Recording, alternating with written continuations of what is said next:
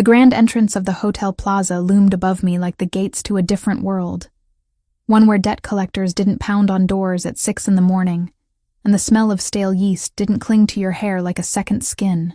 I tightened my grip on the small beaded clutch I had borrowed from a vintage shop in the village, my knuckles turning white against the dark fabric. Tonight, I wasn't Clara Mitchell, the struggling owner of a bakery that was 3 days away from foreclosure. Tonight, I was a commodity, a carefully packaged product signed up for elite dates, trading a few hours of conversation for a check that would keep the ovens on for another month. I smoothed the fabric of my silver gown. Not green, never green, and certainly not the navy blue that every other woman seemed to wear to these functions. It was a sharp, metallic silver that made me feel like I was wearing armor. I needed armor. The email from the bank was burned into my retinas. Notice of default. Immediate action required. My father had died leaving me flour, sugar, and a mountain of hidden loans. I would sell my soul before I let them put a padlock on Mitchell's patisserie. Name? The doorman asked, his voice devoid of interest. Clara, I said, my voice steady despite the trembling in my knees. I'm here for Lorenzo. Someone. The agency hadn't given me a last name, just a pseudonym and a description. The doorman checked a list, nodded once, and pulled open the heavy brass doors. The noise hit me first, a wave of laughter, clinking crystal, and a string quartet playing something aggressive and classical. The air smelled of expensive perfume and old money. I stepped inside, the heel of my shoe sinking slightly into the plush crimson carpet. I scanned the room, my heart hammering a frantic rhythm against my ribs. The instructions were specific. Meet him by the central ice sculpture. He will be wearing a white boutonniere. I navigated through the crowd, feeling like an imposter. These people moved with a languid grace that screamed of generational wealth. I moved like I was late for a shift. I forced myself to slow down, to breathe. I spotted the sculpture, a ridiculous melting swan, and saw him. Lorenzo was undeniably handsome in a way that felt almost aggressive. He had jet black hair slicked back perfectly, skin that looked like it had never seen a day of hard labor, and a jawline that could cut glass. He was leaning against a pillar, checking his reflection in the screen of his phone. As I approached, he looked up. His eyes, dark and restless, swept over me. He didn't look at my face first. He looked at my body, a slow, assessing crawl that made my skin prickle with discomfort. "You must be the bakery girl," he said. His voice was smooth, but there was a jagged edge to it, like a cracked veneer. "Clara," I corrected, extending a hand. "And you must be Lorenzo." He laughed, a short, sharp sound that didn't invite anyone else in. He took my hand, but his grip was clammy, his palm slightly moist. "Lorenzo." "Right. That's what they're calling me tonight." He didn't let go of my hand immediately. His thumb rubbed against my knuckles in a way that felt too familiar, too fast. "You clean up nice for someone who plays with dough all day. The agency photos were conservative. This is better." I pulled my hand back, wiping it discreetly against my dress. "Thank you. You have a lovely event here. It's a charity thing. Orphans or whales or something. I don't pay attention to the pamphlet." He winked, leaning in closer than necessary, invading my personal space with a cloud of heavy, musk-based cologne. "I'm just here to make an appearance and spend some money. Speaking of which, you want a drink? You look stiff." "Relax, sweetheart. I'm paying for your time, might as well enjoy it." "A water would be fine," I said, trying to keep the grimace off my face. "Water? Boring. I'll get us champagne. Stay here. Don't wander off. I want to parade you around in a bit. Make the old men jealous." He patted my arm, a condescending tap, and turned away, vanishing into the throng of people heading toward the bar. I let out a breath I had been holding for 5 minutes. 2 hours, I told myself. Just survive 2 hours of his arrogant commentary and clammy hands, get the check, and save the bakery. It was a transaction, nothing more. I leaned back against the pillar, closing my eyes for a second to center myself. The music shifted, the quartet stopped, and a full orchestra began to play a waltz. The atmosphere in the room changed, becoming heavier, more charged. "May I?" The voice came from behind me. It was deep, resonant, a baritone that vibrated through the floorboards and straight up my spine. I turned around, expecting to see Lorenzo back with the drinks. It was him, but it wasn't. The man standing before me had the same face, the same black hair, the same sharp jawline, the same height, but everything else was wrong. Or perhaps everything else was terrifyingly right. Where Lorenzo had slouched with arrogant laziness, this man stood with the stillness of a predator waiting in the tall grass. His tuxedo fit him differently, perfectly tailored across broad shoulders that seemed to strain against the fabric. He wasn't wearing a white boutonniere. He wasn't wearing anything unnecessary. But it was the eyes. Lorenzo's eyes had been restless, darting around the room, full of nervous energy. This man's eyes were dark, endless abysses of brown that locked onto mine with a focus so intense it felt like a physical touch. There was no moisture on his brow, no nervous tick in his jaw. He was absolute calm, absolute authority. I blinked, confused. Had he changed his jacket? Had he sobered up in the span of 3 minutes? "You're back fast," I said, my voice trembling slightly. "And you forgot the champagne." He didn't answer. He didn't smile. He didn't make a joke about whales or orphans. He simply extended a hand toward me. His palm was open, dry, and steady as a rock. "Dance," he commanded. It wasn't a question. It wasn't an invitation. It was an order delivered in a tone that suggested disobedience wasn't even a concept he recognized. I hesitated. My instincts, usually dormant, were suddenly screaming at me. This man felt dangerous in a way Lorenzo hadn't. Lorenzo was a sleazy rich boy. This man felt like he owned the building, the air, and potentially my next breath. But the contract? I was here to be a companion. If I caused a scene or refused him, I forfeited the money. I couldn't lose the bakery. I placed my hand in his. The moment our skin touched, a jolt of electricity shot up my arm, so violent I almost pulled back. His hand engulfed mine. It was hot, rough and calloused. The hand of a man who worked, who fought, not the soft, manicured hand I had touched earlier. His grip was firm, possessive, locking my fingers against his. He didn't wait for me to get my footing. He pulled me toward the dance floor. He didn't navigate the crowd. He parted it. People stepped out of his way instinctively, casting glances at him that looked a lot like fear. He didn't acknowledge anyone. His focus was entirely, suffocatingly, on me. When we reached the center of the floor, he spun me around. His arm snaked around my waist, pulling me flush against his body. I gasped. It was improper, far too close for a first dance, far too intimate for strangers.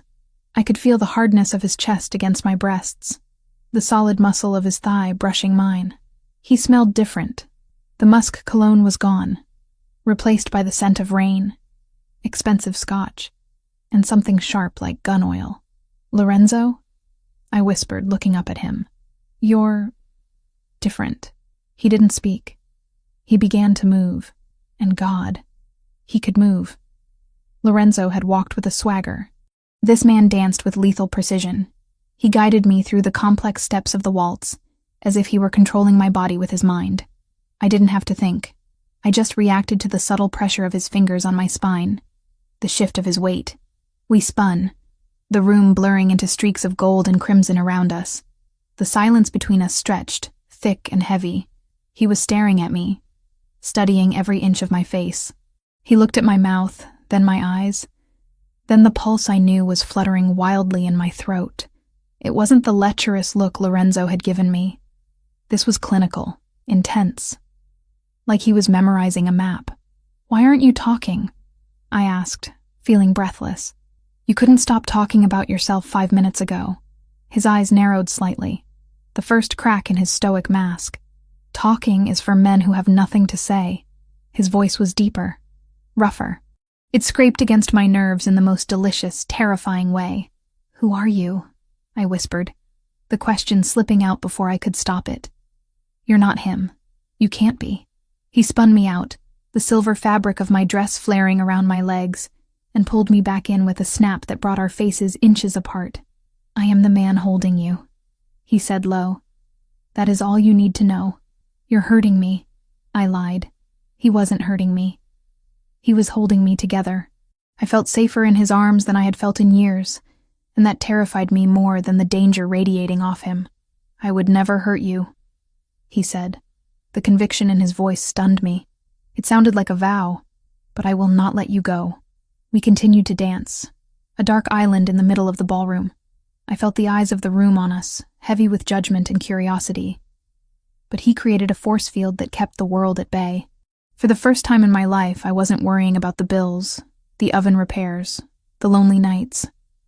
I was just existing, burning in the heat of this stranger's gaze. Then, over his shoulder, I saw movement. I froze. My feet faltered, missing a step. The man holding me corrected my balance instantly, holding me up effortlessly. I stared past him. There, standing near the entrance to the bar, holding 2 glasses of champagne, was Lorenzo. He was pale, ghostly pale. He was staring at us, at me and the man holding me, with an expression of sheer horror. The glasses in his hands were shaking so hard liquid was sloshing over the rims. He took a step back, as if he wanted to run but was glued to the floor by fear. I looked back at the man in my arms. The man with the exact same face. Twins. The realization hit me like a physical blow. The agency hadn't mentioned twins. No one had mentioned twins. You... I stammered, my eyes wide. There are 2 of you. The man didn't look around. He didn't check to see who I was looking at. He knew. Of course he knew. There is only one of me, he growled, the sound vibrating in his chest against mine. The other is a shadow. The music seemed to swell, reaching a crescendo that matched the panic rising in my throat. I tried to pull away, to step back, but his arm was a band of steel. He wasn't letting me go. Let me go, I said, panic finally bleeding into my voice. I don't know what kind of game this is, but I want out. I need to leave. He stopped dancing. We stood dead center of the ballroom, the other couples swirling around us like water around a rock. He released my hand but kept his arm around my waist, pulling me even closer until I had to tilt my head back to look him in the eye. He lowered his head, his lips brushing against the shell of my ear. I shivered violently. You entered a game you do not understand, Clara, he whispered. His use of my name, my real name, sent a shockwave through me. You came here for money. You came here to save a bakery. How do you know that? I gasped. I know everything, he said. He pulled back slightly to look me in the eyes. His gaze was hard, unforgiving, yet strangely possessive. But you made a mistake tonight. A critical error. He tilted his head toward the man by the bar, toward Lorenzo, who looked like he was about to faint. You let him touch you, the stranger said, and his voice dropped an octave, filled with a dark, simmering rage. You let him speak to you. You let him think he could have you. I thought he was my date, I whispered, tears pricking my eyes. I didn't know. Ignorance is not a shield, he said coldly. Then his expression shifted. The hardness remained, but something else flickered in the depths of those dark eyes. Something that looked like ownership. You picked the wrong brother, Bella. Beautiful. The Italian endearment rolled off his tongue like a caress, and a threat intertwined. But now, he continued, his thumb digging into my hip. The mistake is corrected. He didn't wait for me to argue. He didn't ask. He turned us both around, keeping me tucked firmly against his side, his body shielding me from the rest of the room. He began to walk toward the exit. Wait. I tried to dig my heels in, but he was unstoppable. He moved with a momentum that carried me along with him. My purse! I left my purse at the table. I have it, he said, not breaking stride. We cut through the crowd. I glanced toward the bar as we passed. Lorenzo, Matteo, whoever he was, saw us coming. He didn't step forward to claim his date. He didn't shout. He shrank back against the wall, eyes wide with terror, avoiding his brother's gaze entirely. It was pathetic. It was revealing. The man who had been so arrogant 5 minutes ago was now nothing more than a frightened child in the presence of this dark force. The stranger didn't even look at his twin. He walked past him as if he were furniture. a complete and total dismissal that spoke volumes about the power dynamic between them. We burst through the heavy brass doors and out into the cool night air of New York City. The noise of the street was a stark contrast to the stifled atmosphere of the ballroom. The doorman scrambled to open the door of a massive black armored SUV that was idling at the curb, its engine purring like a beast waiting to be unleashed. "Get in," the stranger ordered. I stood on the sidewalk, the cold wind biting through the thin fabric of my silver dress. My mind was racing. Every survival instinct I had was telling me to run, to scream, to call the police. This was kidnapping. This was insane. But then I looked back at the hotel doors. I saw Lorenzo watching us through the glass, his face twisted in a mixture of relief and malice. I remembered his clammy hands.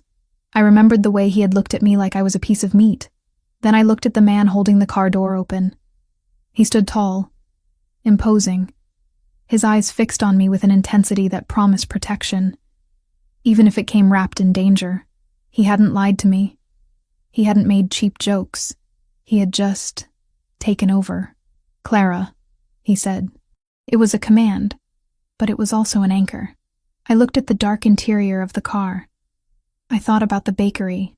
I thought about the foreclosure notice. I thought about how tired I was of fighting the world alone. I took a breath, stepped forward, and slid into the leather seat. He followed me instantly, the heavy door slamming shut with a finality that echoed in my chest. The lock engaged with a loud click. The world outside, the debt, the bakery, the wrong brother, was gone. I was locked in with the right one, and as the engine revved, I realized with a terrifying clarity that I had just walked willingly into the lion's den. The heavy thud of the armored door sealing shut severed the last connection to the world I knew. Inside the SUV, the air was still and scented with polished leather and the faint, sharp aroma of the man sitting next to me. The silence wasn't empty. It was pressurized, pressing against my eardrums like deep water. I sat rigid against the seat, my hands clutching the beaded purse in my lap as if it were a lifeline. Outside the tinted windows, the city of New York blurred into streaks of neon and shadow, a moving abstract painting that I couldn't focus on. "Drive," the man ordered. His voice was low, devoid of the frantic energy that his brother had displayed, but it carried a weight that made the driver nod instantly. The car surged forward, merging aggressively into the late-night traffic. I turned my head slowly to look at him. Alessandro Verciani. The name felt heavy on my tongue, even though I hadn't spoken it aloud yet.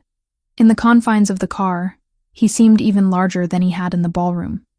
His legs were spread slightly, claiming the space, his hands resting loosely on his thighs, hands that could shatter bone or lead a waltz with terrifying precision. He wasn't looking at me. He was staring straight ahead, his profile cut from granite, watching the road with a predator's focus. "You're not taking me home," I said. It wasn't a question. We were heading north, away from my cramped apartment in Queens.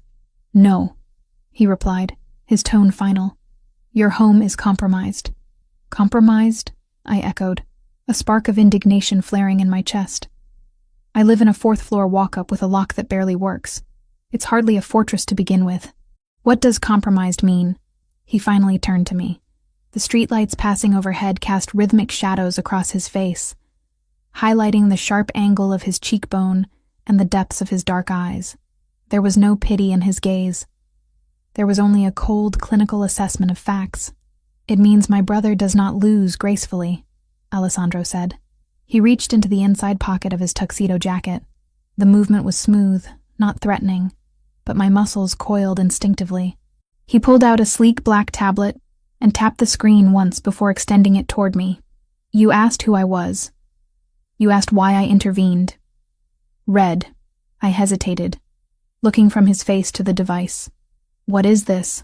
"The reason you are sitting here instead of in a hotel suite being laughed at," he said brutally. I took the tablet.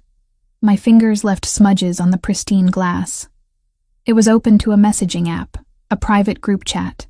The timestamp on the messages was from earlier that evening, less than 2 hours ago. My stomach churned as I began to read. User, Maddie V, 8:45 p.m.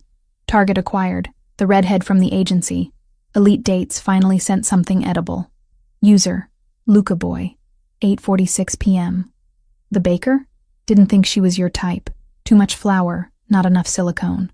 User, Maddie V, 8:48 p.m. She's desperate. I checked her financials. She's drowning in debt. Daddy died and left her a sinking ship. She'll do anything for a payout. I felt the blood drain from my face. The cruelty of it was breathtaking. He had checked my financials. He knew about my father. I forced myself to keep reading, even as bile rose in my throat. User, Luca Boy, 8:50 p.m. 50K says you can't get her to the Plaza Suite before midnight. She looks stiff. Catholic school vibes. User, Maddie V, 8:51 p.m. Watch me. I'll play the charming investor. I'll promise to save her little shop. By 11 Saturday, she'll be on her knees, and I'll have the 50K. Easy money. I stared at the last message. Easy money. I wasn't a person to them. I wasn't a woman struggling to keep a family legacy alive. I was a prop, a bet, a way for rich bored men to pass the time and exchange money they didn't need. The interaction in the ballroom replayed in my mind. Lorenzo's clammy hands, his invasive questions, the way he had looked at me like he was calculating my depreciation value. He hadn't been nervous because he liked me. He had been nervous because he was on a timer.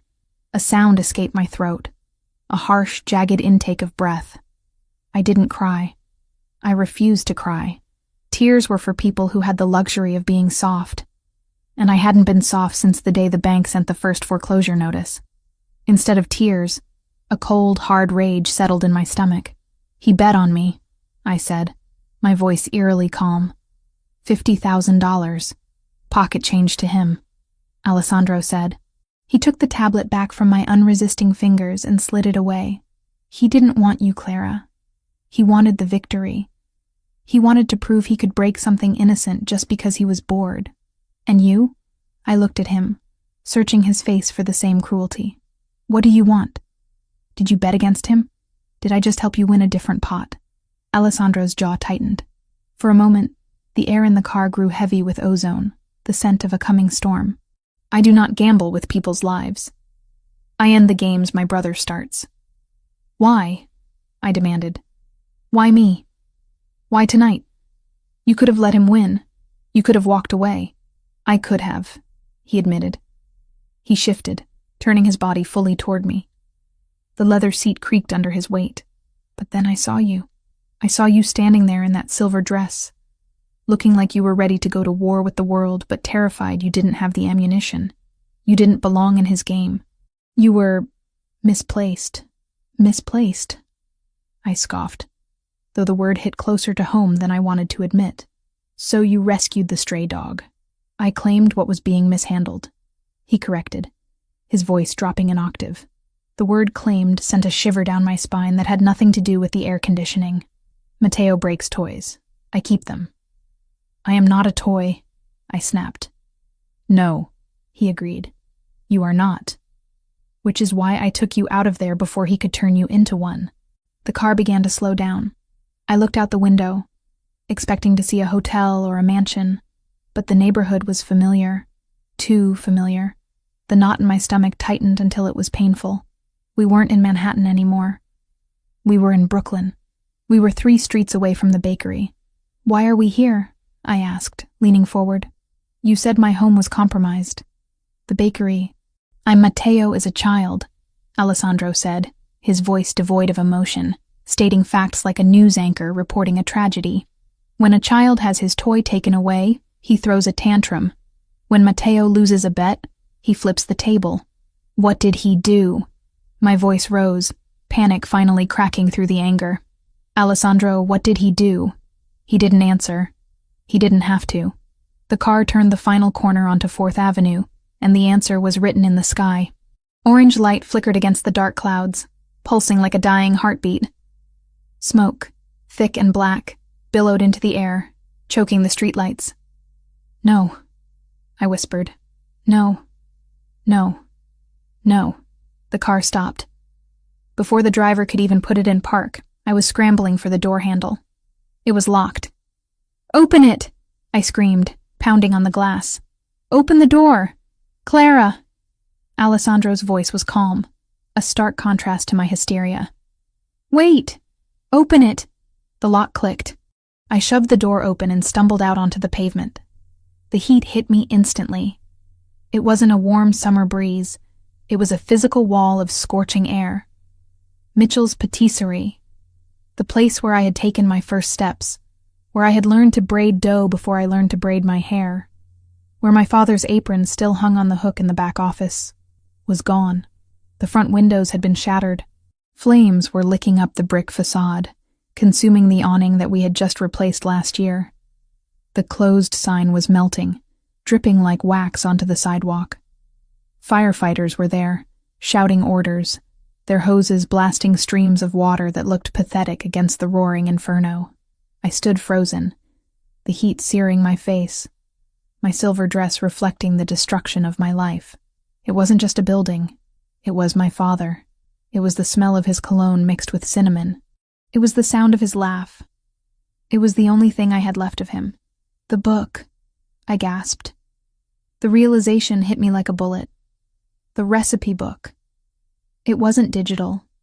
It was a leather-bound journal, handwritten by my great-grandmother, added to by my grandfather, and finished by my dad. It was sitting on the metal prep table in the kitchen. I have to get it, I said, my voice sounding distant to my own ears. I took a step toward the police line, then another.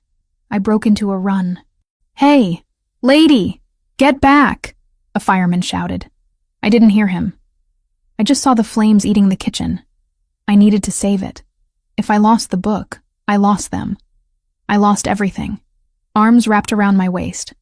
Hard, unyielding bars of iron. I was jerked back with such force that my feet left the ground. Let me go, I screamed, thrashing against the hold. I clawed at the suit jacket, digging my nails in, fighting like a wild animal. My dad's book. It's in there. Let me go. It's gone, Clara. Alessandro's voice roared in my ear, louder than the fire, louder than the sirens. Look at it. It's gone. No. I can save it. Let me go. I kicked backward, my heel connecting with his shin, but he didn't even flinch. He hauled me further back, away from the heat, away from the glass that was exploding outward. You go in there. You die, he growled, spinning me around and pinning me against his chest. He trapped my arms between us, forcing me to look at him instead of the fire. Is that what you want? To die for paper? It's not paper, I sobbed, the fight draining out of me as the reality crashed down. It's him. It's all I have left of him. If that burns, he's really dead. I collapsed against him, my legs giving out. He caught me, holding me upright, absorbing the weight of my grief. He didn't offer empty platitudes. He didn't say, it's okay. He just held me while I watched my legacy turn to ash. The roof of the bakery collapsed with a sickening crash, sending a plume of sparks into the night sky. The crowd gasped. I buried my face in Alessandro's chest, unable to watch anymore.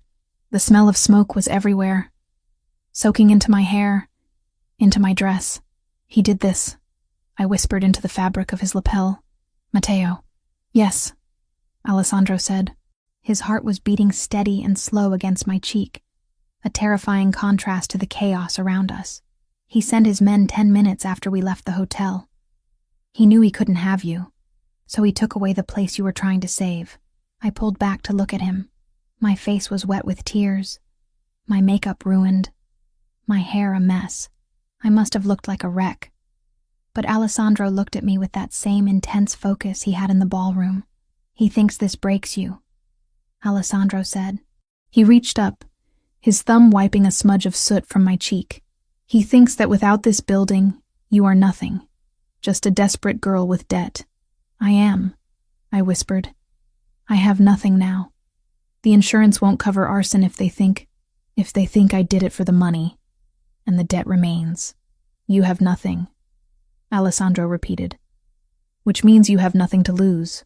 He framed my face with his hands, forcing me to look at him. The firelight danced in his dark eyes, making them look like pools of molten lava. Come with me, he said. To where? I asked weakly. To be your mistress? To be another bet? To be my retribution, he said fiercely. I will rebuild this, Clara, brick by brick. I will make it better than it was. I will clear your debt. I will handle the insurance. I will handle Matteo. And what do I have to do? I asked.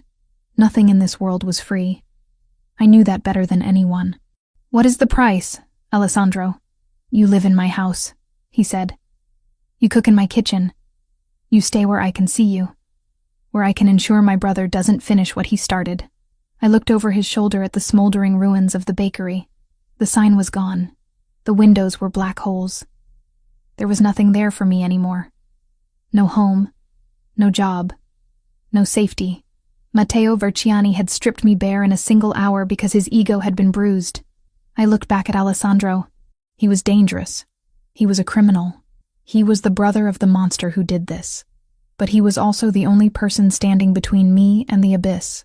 He had offered me a hand when I was drowning. I wiped my face with the back of my hand, smearing the soot, but clearing my vision. The sadness in my chest began to harden into something else.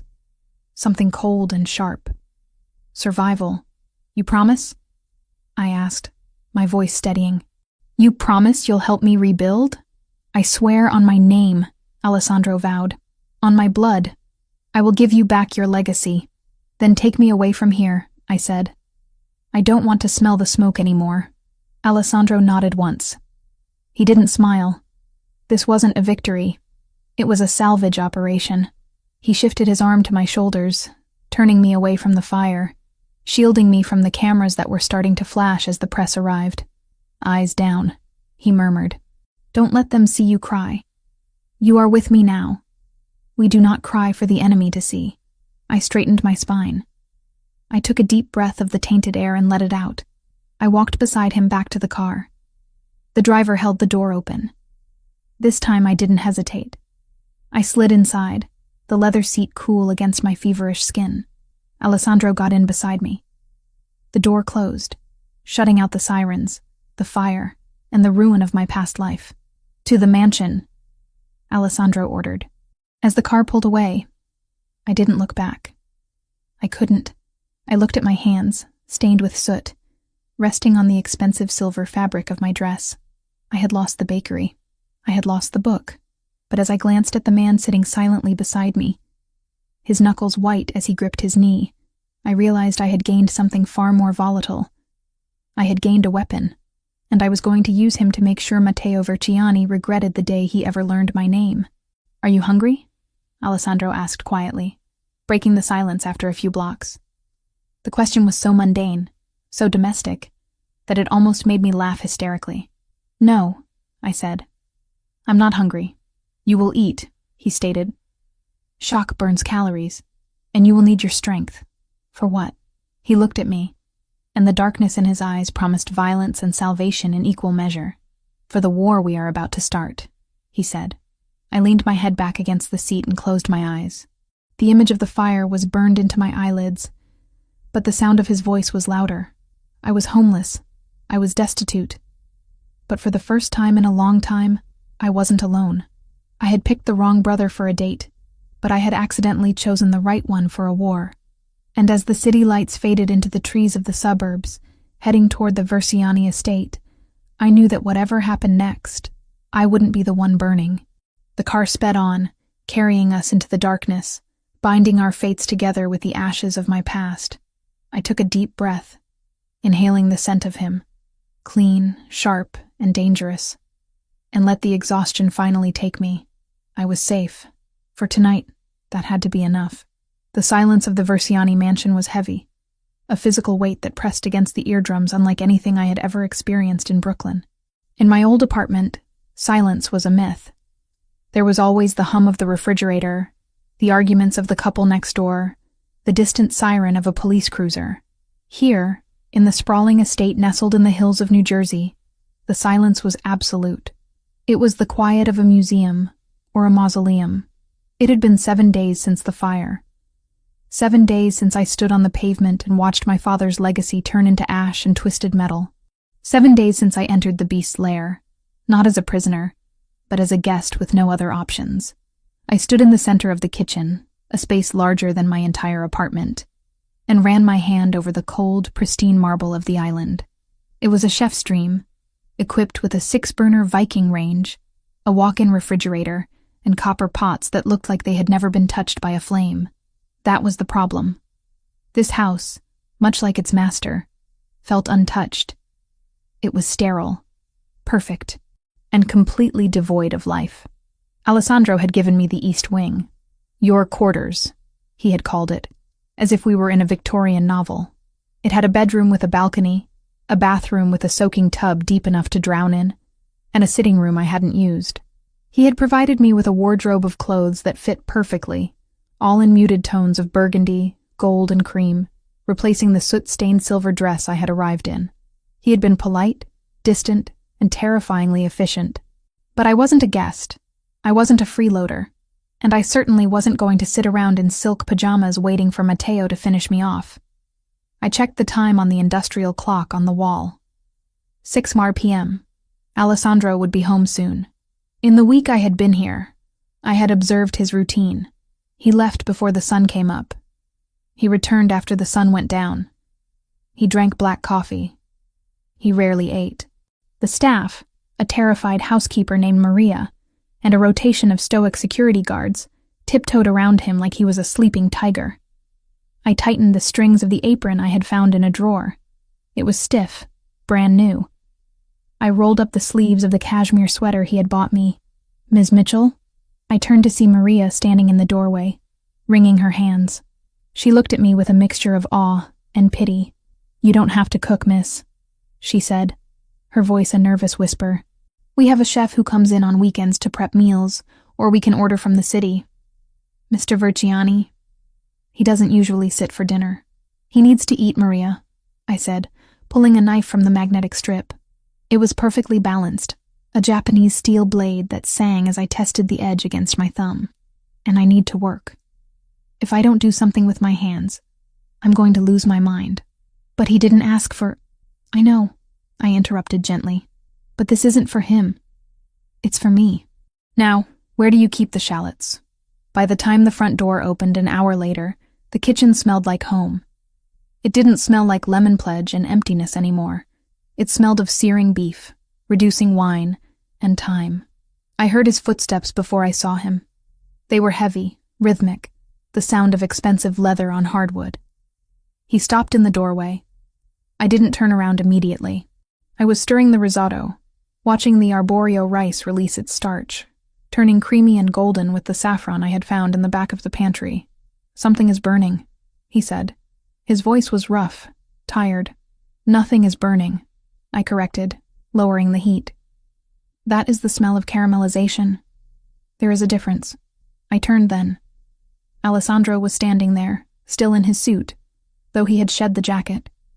His white shirt was unbuttoned at the collar, his tie loosened. He looked exhausted. There were shadows under his eyes that hadn't been there the night of the ball. He looked at me, then at the pot on the stove, then back at me. His expression was unreadable. A mask of stone. You are cooking, he stated. I am, I said.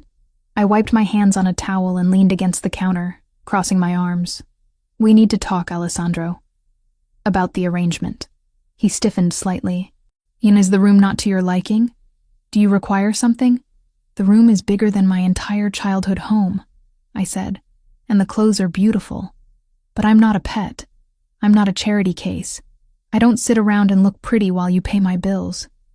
He walked further into the room, the tension radiating off him in waves. You are not a charity case, Clara. You are a target. Keeping you here is a security measure. It's a cage, I countered. A gilded one. But a cage. And I don't do cages well. My father taught me that you work for what you get. I can't rebuild the bakery if I'm hiding in your East Wing watching Netflix. He stopped in front of the island, placing his hands on the marble. His knuckles were bruised again. Fresh bruises. I wondered whose face had gotten in his way today. What do you propose? He asked, his dark eyes locking onto mine.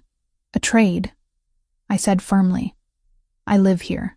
I eat your food. You are handling the insurance and the contractors for the bakery. That costs money. I don't have money, But I have skills. He raised an eyebrow. You want to pay me in pastries? I want to handle your kitchen, I said. Maria is terrified of you. The weekend chef preps bland chicken and leaves. You don't eat. You run on caffeine and adrenaline, and sooner or later, you're going to crash. If I'm going to stay here, I'm going to work. I will run the kitchen. I will cook your meals. I will manage the household supplies. It's a job. You pay off my bakery debt. I keep you fed and alive. We call it even. Alessandro stared at me for a long moment. The silence stretched, filled only by the bubbling of the risotto. I held his gaze, refusing to blink. I needed him to see me not as the victim he rescued from the ballroom, but as a partner, a professional. You want to be my staff, he said slowly. I want to be useful, I corrected, and I want to pay my way. He let out a short breath, almost a sigh. Matteo breaks things, he murmured, more to himself than to me. You try to fix things. Is that a yes? He looked at the stove. What is that smell? Risotto alla Milanese and ossobuco, braised for 3 hours. He looked back at me, and for a second, the mask slipped. I saw hunger there. Not just physical hunger, but a deep, starving need for something warm. Fine, he said. It is a deal, but you do not serve me. We eat together. I do not like eating alone. Deal, I said. That night, for the first time in a week, Alessandro ate a full meal. We sat at the small table in the kitchen, not the long, formal dining table that could seat 20. We ate in relative silence, but it wasn't the oppressive silence of the mansion. It was the companionable silence of two people who were tired of fighting the world. I watched him eat, noting the way his shoulders relaxed after the first few bites, the way the tension lines around his mouth smoothed out. It is good, he said simply, after clearing his plate.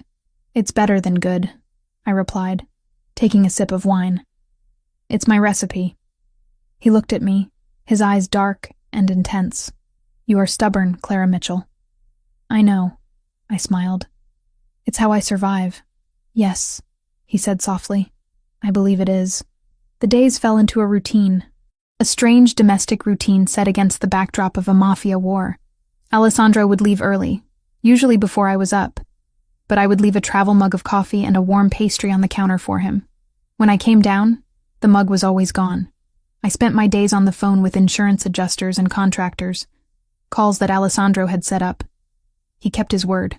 The debris of Mitchell's patisserie was cleared within 3 days. The foundation work was scheduled. He wasn't just throwing money at the problem. He was using his influence to cut through the red tape that would have stalled me for months. But the threat of Matteo hung over us like a storm cloud. Security was tight. Men with earpieces patrolled the perimeter. I wasn't allowed to leave the grounds without an escort, which meant I spent my energy revolutionizing the Versiani kitchen. It was on a Tuesday morning that the boundaries shifted. I was in the foyer, checking a delivery of fresh produce, when Alessandro came down the grand staircase. He was surrounded by 3 men, his lieutenants, I assumed. They were talking in rapid-fire Italian, their voices low and urgent. Alessandro looked lethal. He was wearing a charcoal 3-piece suit, his coat draped over his arm. He looked like a weapon sheathed in silk. He stopped when he saw me. The lieutenant stopped too, looking from him to me with guarded expressions. Clara, he acknowledged, a curt nod. Alessandro, I replied. There are fresh scones in the kitchen if you have time. No time, he said, checking his watch. I have a meeting with the commission. The situation with the docks is escalating. He meant Matteo. I knew enough now to read between the lines. Matteo was squeezing the supply lines, trying to hurt Alessandro's business to leverage a negotiation for his return to the family fold. Alessandro stepped forward, reaching for the door handle, but I stepped into his path. The guards tensed, hands twitching toward their jackets. Alessandro held up a hand to stop them. What is it? He asked, looking down at me. Your tie, I said. He frowned, looking down. The silk tie was crooked, the knot hasty and slightly off-center. It was a small imperfection, but on a man like him, who commanded absolute respect, it was a chink in the armor. It showed he was distracted. It showed he was stressed. It's fine, he said dismissively. It's not, I said. You're going to meet the commission.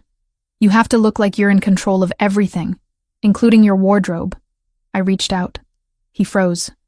I saw his throat bob as he swallowed. My hands hovered for a second, giving him a chance to push me away, to tell me to know my place. He didn't move. I stepped closer, invading his personal space. I could smell him. The sharp scent of his soap, the bitterness of espresso, and the underlying warmth of his skin. I reached up and undid the knot. His breathing hitched, a small, barely audible sound. I smoothed the silk, my knuckles brushing against the sensitive skin of his neck. His pulse was hammering against my fingers, fast and hard. You're nervous? I whispered, keeping my eyes on the knot as I retied it. I do not get nervous, he rumbled, his voice vibrating through my fingertips. You're worried about him, I corrected, sliding the knot up until it sat perfectly against his collar. You're worried he's going to do something stupid and force your hand. He didn't deny it. He caught my wrists before I could pull away. His grip was firm, his thumbs pressing into the soft skin of my inner arms. We were standing so close that the buttons of his vest brushed against my chest.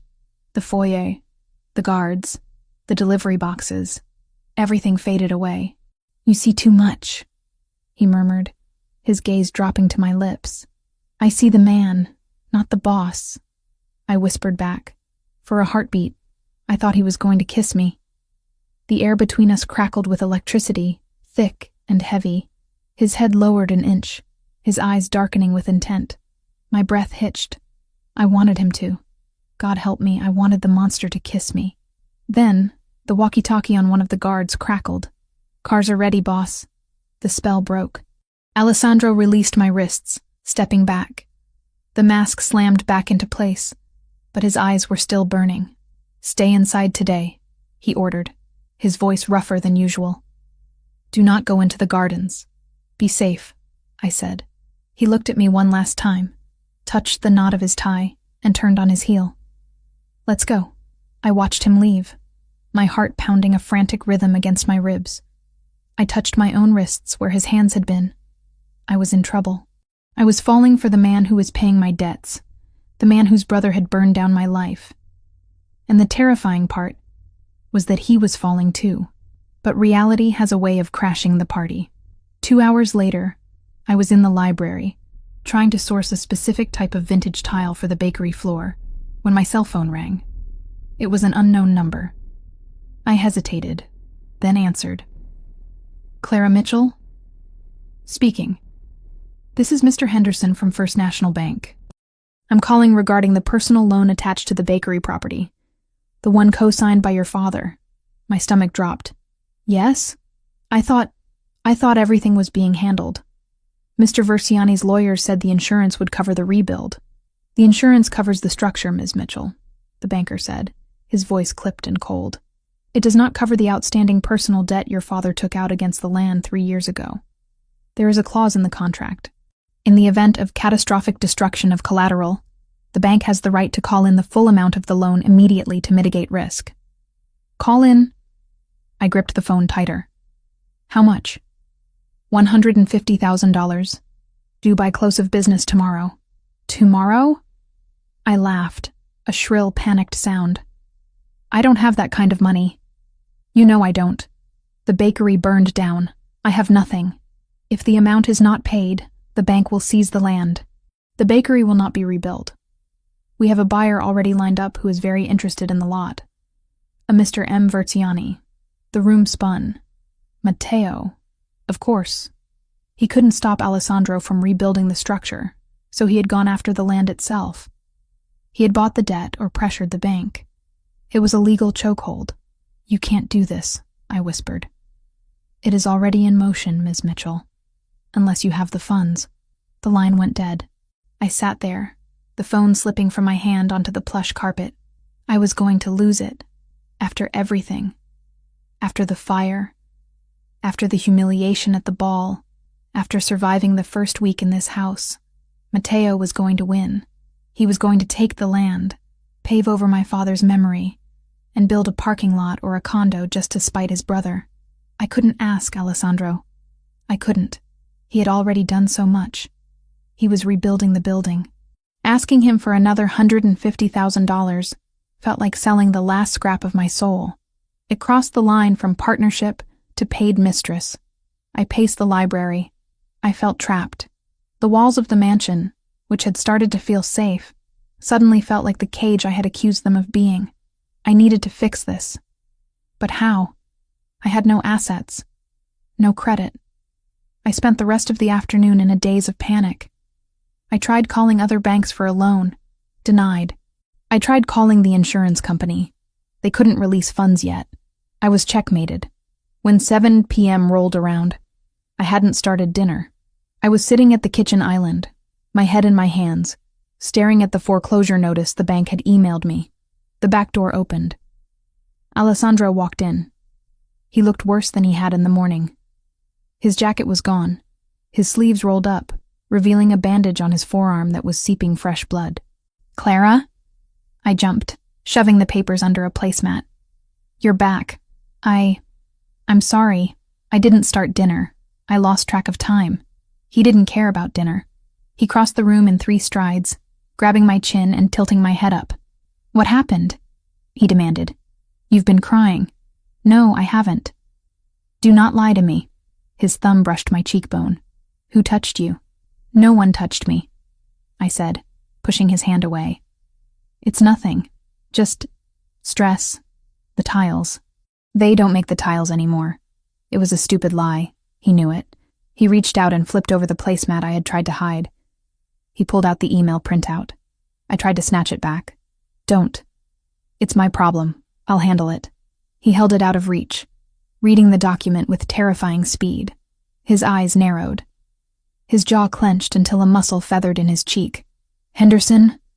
He spat the name like a curse. "First National. Matteo is behind it," I said, my voice defeatingly small. "The banker said a Mr. M. Versiani is the interested buyer for the land. He found a loophole, Alessandro. He's going to take the land tomorrow." Alessandro crumpled the paper in his fist. "He takes nothing. It's $150,000, I said. "I can't ask you for that. You're already doing the construction. It's too much. I can't pay you back with cooking. It would take a lifetime." He looked at me, and the anger in his eyes shifted. It wasn't directed at me anymore. It was a cold, calculating resolve. "You think this is about money?" he asked quietly. "Of course it's about money. It's a bank." "No," he said. "It is about territory. And it is about you." He pulled his phone from his pocket and dialed a number. He put it on speaker. "Yes, boss?" A voice answered.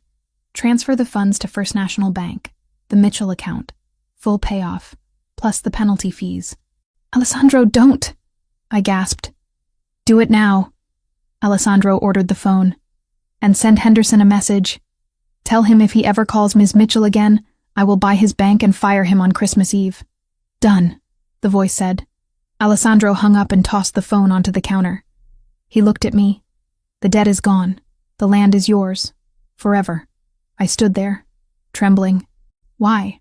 Why did you do that? I told you I didn't want charity." "It is not charity." He slammed his hand on the marble counter, the sound echoing like a gunshot. I flinched. He softened instantly, stepping around the island to stand in front of me. "Clara, look at me." I looked up. "You adjusted my tie this morning," he said, his voice rough. "You cook my food. You make this house livable. You think I care about money? I have more money than God. I don't care about the numbers. I care that you are safe. I care that you stay. Stay. If you lose the land, you run," he said. "I know you. You are proud. If the bakery is gone, you will pack your bags and disappear to start over somewhere else where you don't feel like a failure. And He hesitated, struggling with the words. "I do not want you to disappear." My heart stopped, then restarted at double speed. "You paid $150,000 so I wouldn't leave?" "I paid it to secure my assets," he said, retreating behind his wall of logic. But his eyes betrayed him. "You are essential to the operation of this household. I looked at him. This powerful, broken, dangerous man who threw money at problems because he didn't know how to use words. He had saved my father's legacy not because of the bread, but because he wanted to keep me. I shouldn't have been happy. I should have been offended. But I wasn't. I was grateful. And more than that, I was moved. "I'm not going anywhere," I whispered. He let out a breath, his shoulders sagging. "Good. Now. Is there food? Or do I have to eat the raw ingredients?" I laughed, a wet, teary sound. "Sit down. I'll make something fast." "No," he said. "I will wait. Make the thing you were planning. What is it called? The eggplant thing. Melanzana alla parmigiana?" I asked, surprised. "That takes time. It's comfort food. I have time," he said, pulling a stool up to the island. He watched me as I moved to the fridge. "And I think I need comfort." I pulled out the eggplants, the mozzarella, the basil. I started to slice, the rhythm of the knife soothing my frayed nerves. Alessandro sat there watching me, his presence a heavy, protective weight. "It was my mother's favorite," he said suddenly, his voice low. I paused, knife hovering. "The melanzane?" "Yes. She used to make it on Sundays." Before she died, he hadn't spoken about his parents before. Matteo, he hated it. He wanted steak. But I loved it. I looked at him, realizing the gift he was giving me. He was opening a door. He was letting me in. "Then I'll make it perfect," I promised. I cooked. He watched. We drank wine. The panic of the afternoon faded, replaced by the scent of frying eggplant and simmering tomato sauce. When I finally pulled the bubbling dish from the oven, the cheese golden and crisp, the look on his face was worth every cent of the debt he had paid. We ate straight from the casserole dish, burning our mouths, sitting side by side on the stools. "Thank you," I said quietly, after we had finished. "For the bank. For the land." He reached out and covered my hand with his. His thumb traced the line of my knuckles. "You picked the wrong brother at the ball, Clara. But you are the only one who knows how to feed the right one." I turned my hand over, interlacing our fingers. "I think I picked the right one." He froze. Then, he brought my hand to his lips, kissing the center of my palm. It was an intimate reverence gesture that made my toes curl. "Be careful, tesoro. My treasure," he whispered against my skin. "If you say things like that, I might never let you leave. Maybe I don't want to." I breathed. He looked at me with a hunger that had nothing to do with food. But before he could act on it, before the magnetic pull between us could snap, his phone rang. He ignored it. It rang again, and again. He growled, releasing my hand to snatch the phone. He looked at the screen, and his face went cold. The warmth of the dinner evaporated instantly. "What?" He barked into the phone. He listened for a moment, his eyes locking onto mine. They were no longer the eyes of the man who missed his mother's cooking. They were the eyes of the MAFIA boss. "I'm on my way," he said. He hung up and stood, buttoning his shirt, reaching for his jacket. "What happened?" I asked, standing up too. "Matteo," he said. "He knows I paid the debt. He knows he lost the land. And he just put a hit out on the contractors," Alessandro said, checking the gun holstered at his side. "He's trying to stop the construction by force." He walked to the door, then stopped and looked back at me. "Lock the doors, Clara. Set the alarm. Do not open it for anyone but me. Alessandro, I will be back," he vowed. "I always come back." He disappeared into the night, leaving me alone in the silent kitchen with the empty casserole dish and the lingering taste of wine on my lips. I locked the door. I set the alarm. And then I went to the window, watching the taillights of his car fade into the darkness, praying that the war I had started wouldn't consume the only man who had ever truly fought for me. The fallout from the bank incident was immediate, but not in the way I expected. I thought the war would be fought with guns and fire, like the night the bakery burned. Instead, Matteo Verciani chose a weapon that was slower, stickier, and in some ways more suffocating. Silence followed by noise. For 2 days, the mansion was quiet. Too quiet. Alessandro was on edge, his phone vibrating constantly with messages he read with a dark scowl. Security was doubled at the gates. I spent my time in the kitchen, aggressively kneading dough for focaccia, trying to exorcise the anxiety that had taken up permanent residence in my chest. Alessandro had saved the land, yes. He had paid the debt, but the tension in his shoulders told me the price for that victory was still being calculated. On the morning of the third day, the noise arrived. It didn't come from an explosion, but from a tabloid on the kitchen island. I walked in to find Alessandro staring at the paper, his hands gripping the marble counter so hard his knuckles were white. He didn't look up when I entered. "What is it?" I asked, setting down my basket of herbs from the garden. He slid the paper toward me. The headline was bold, lurid, and printed in a font designed to scream from a newsstand. "The Mafia Prince and the Kidnapped Baker. Scandal Rocks Versiani Empire." Below it was a grainy photo. It was from the night of the fire. It showed Alessandro holding me back from the flames, his arms wrapped around me, my face buried in his chest. But the caption didn't tell the story of a rescue. It read, "Alessandro Verciani seen restraining Clara Mitchell, daughter of local business owner, as her property burns. Sources say the blaze was set to force Mitchell into compliance. Is the baker of Brooklyn a guest or a prisoner?" I felt the blood drain from my face. "They think you burned it," I whispered. "They think you kidnapped me." "Matteo," Alessandro said. The name was a curse. He leaked the photo. He spun the narrative. He knows he can't touch me physically right now without starting a civil war within the commission, so he attacks the one thing the families value as much as money: stability. "He's trying to make you look like a monster," I said, reading the article. It described me as a helpless victim, and Alessandro as a volatile tyrant who was stealing women off the street. "He is trying to isolate me," Alessandro corrected. He turned away from the counter, pacing the length of the kitchen. "The winter gala is tonight. The heads of the 5 families will be there.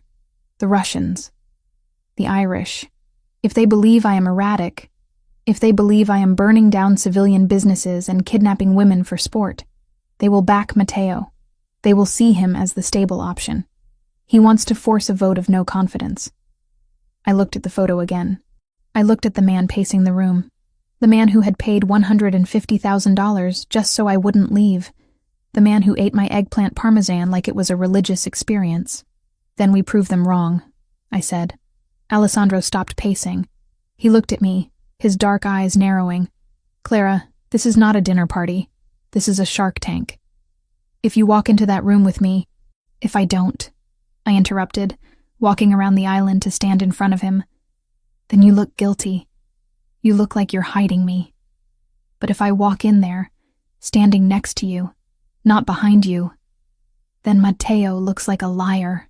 He studied me for a long moment, the silence stretching between us.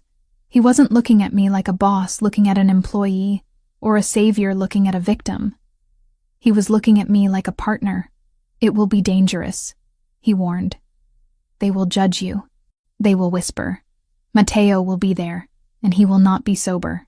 "Let him come," I said, lifting my chin. "I've faced foreclosure, fire, and your brother's cheap pickup lines. I think I can handle a few whispers." A slow heat kindled in his eyes.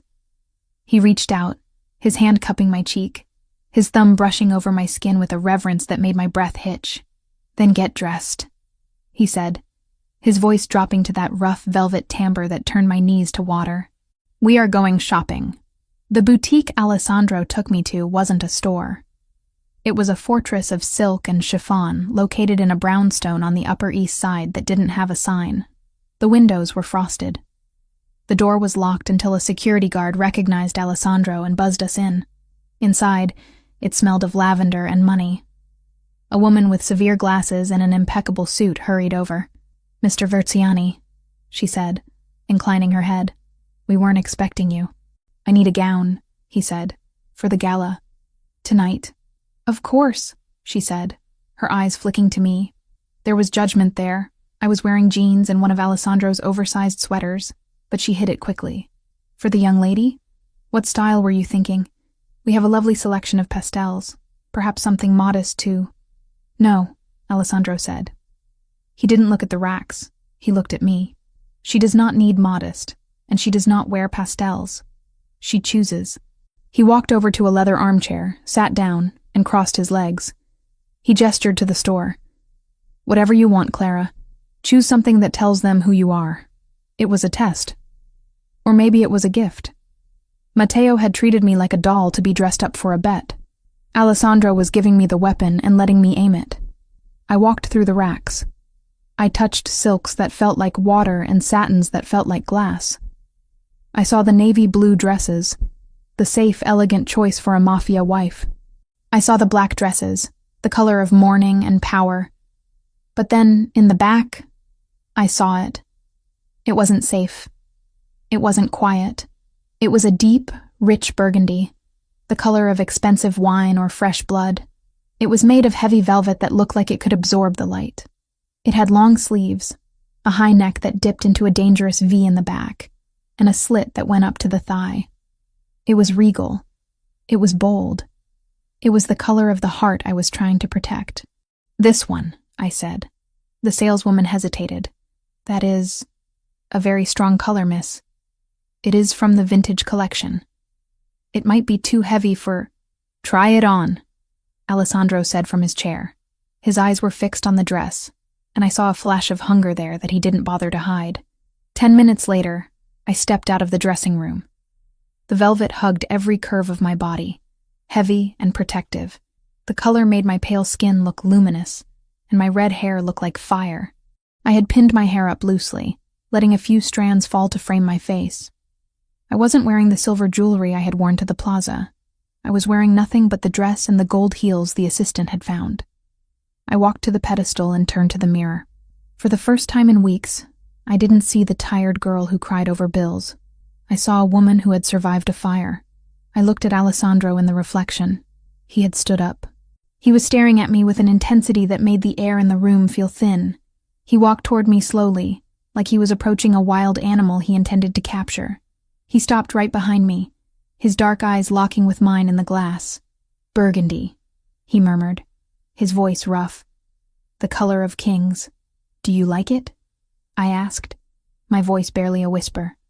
He placed his hands on my shoulders, his thumbs rubbing against the velvet. The heat of his palm seeped through the heavy fabric, branding me. I think, he said, leaning down so his breath ghosted against my ear, that if you walk into the gala wearing this, no one will be looking at Matteo. He reached into his pocket and pulled out a velvet box. He opened it to reveal a necklace, a simple, heavy gold chain with a single blood-red ruby teardrop. Alessandro, I breathed. I can't. That looks— It was my grandmother's, he said, fastening it around my neck. The cold metal settled against my skin, the ruby resting in the hollow of my throat. She wore it when she took over the business after my grandfather died. It is a symbol, Clara. It means you are under my protection. He turned me around to face him. His gaze swept over my face, the dress, the necklace. You look like a queen, he said. Now let's go show them who rules this city. The winter gala was held at the Metropolitan Opera House. It was a spectacle of wealth that made the plaza event look like a high school prom. The red carpet was lined with photographers, but unlike the chaotic flashing lights of a movie premiere, this press line was controlled, almost silent. These photographers knew who they were photographing. They knew that a bad angle could result in a broken camera, or worse. The air was freezing, winter biting at my exposed skin. But the heavy velvet of my dress kept me warm. Alessandro helped me out of the car. He was wearing a tuxedo that fit him like a second skin, tailored to hide the shoulder holster I knew he was wearing. Stay close, he murmured, offering me his arm. Head up, eyes forward. Do not look at the floor. You bow to no one. I took his arm. His bicep was hard as rock beneath the wool of his coat. I'm ready. We walked up the stairs. As we entered the grand lobby, the hum of conversation died instantly. It wasn't a gradual quiet. It was a guillotine drop of silence. Hundreds of heads turned. I felt the weight of their stares physically. I saw the older men in their dark suits, the dons of the 5 families, assessing me with cold, reptilian eyes. I saw their wives and daughters in their diamonds and furs. whispering behind manicured hands. That's her. The baker, the charity case, the prisoner. I tightened my grip on Alessandro's arm, but I didn't look down. I looked straight ahead, channeling the heat of the fire that had taken my home. I let the burgundy velvet flow around me like armor. Alessandro didn't speed up. He didn't slow down. He walked me through the center of the lobby with an air of absolute, terrifying ownership. He nodded to a few men. Don Rinaldi, the head of the Neapolitan faction. Mr. Petrov, the Russian liaison. But he didn't stop to chat. He was parading me. He was showing them exactly what the tabloid had lied about. I wasn't being dragged. I was walking beside him. "Verciani!" a voice boomed. We stopped. A large man with gray hair and a scar running down his chin stepped into our path. It was Don Ricci. Old school. Dangerous. "Ricci," Alessandro acknowledged, his voice cool. "Bold choice," Ricci said, his eyes flicking to me. "Bringing the civilian. After the unpleasantness in Brooklyn. The papers say she is a flight risk." "The papers are owned by people who sell lies for quarters," Alessandro said smoothly. "Clara is not a flight risk. She is my guest of honor," Ricci hummed, stepping closer to me. He smelled of cigars. "Is that so? Tell me, Signorina, did he pull you from the fire, or did he light the match?"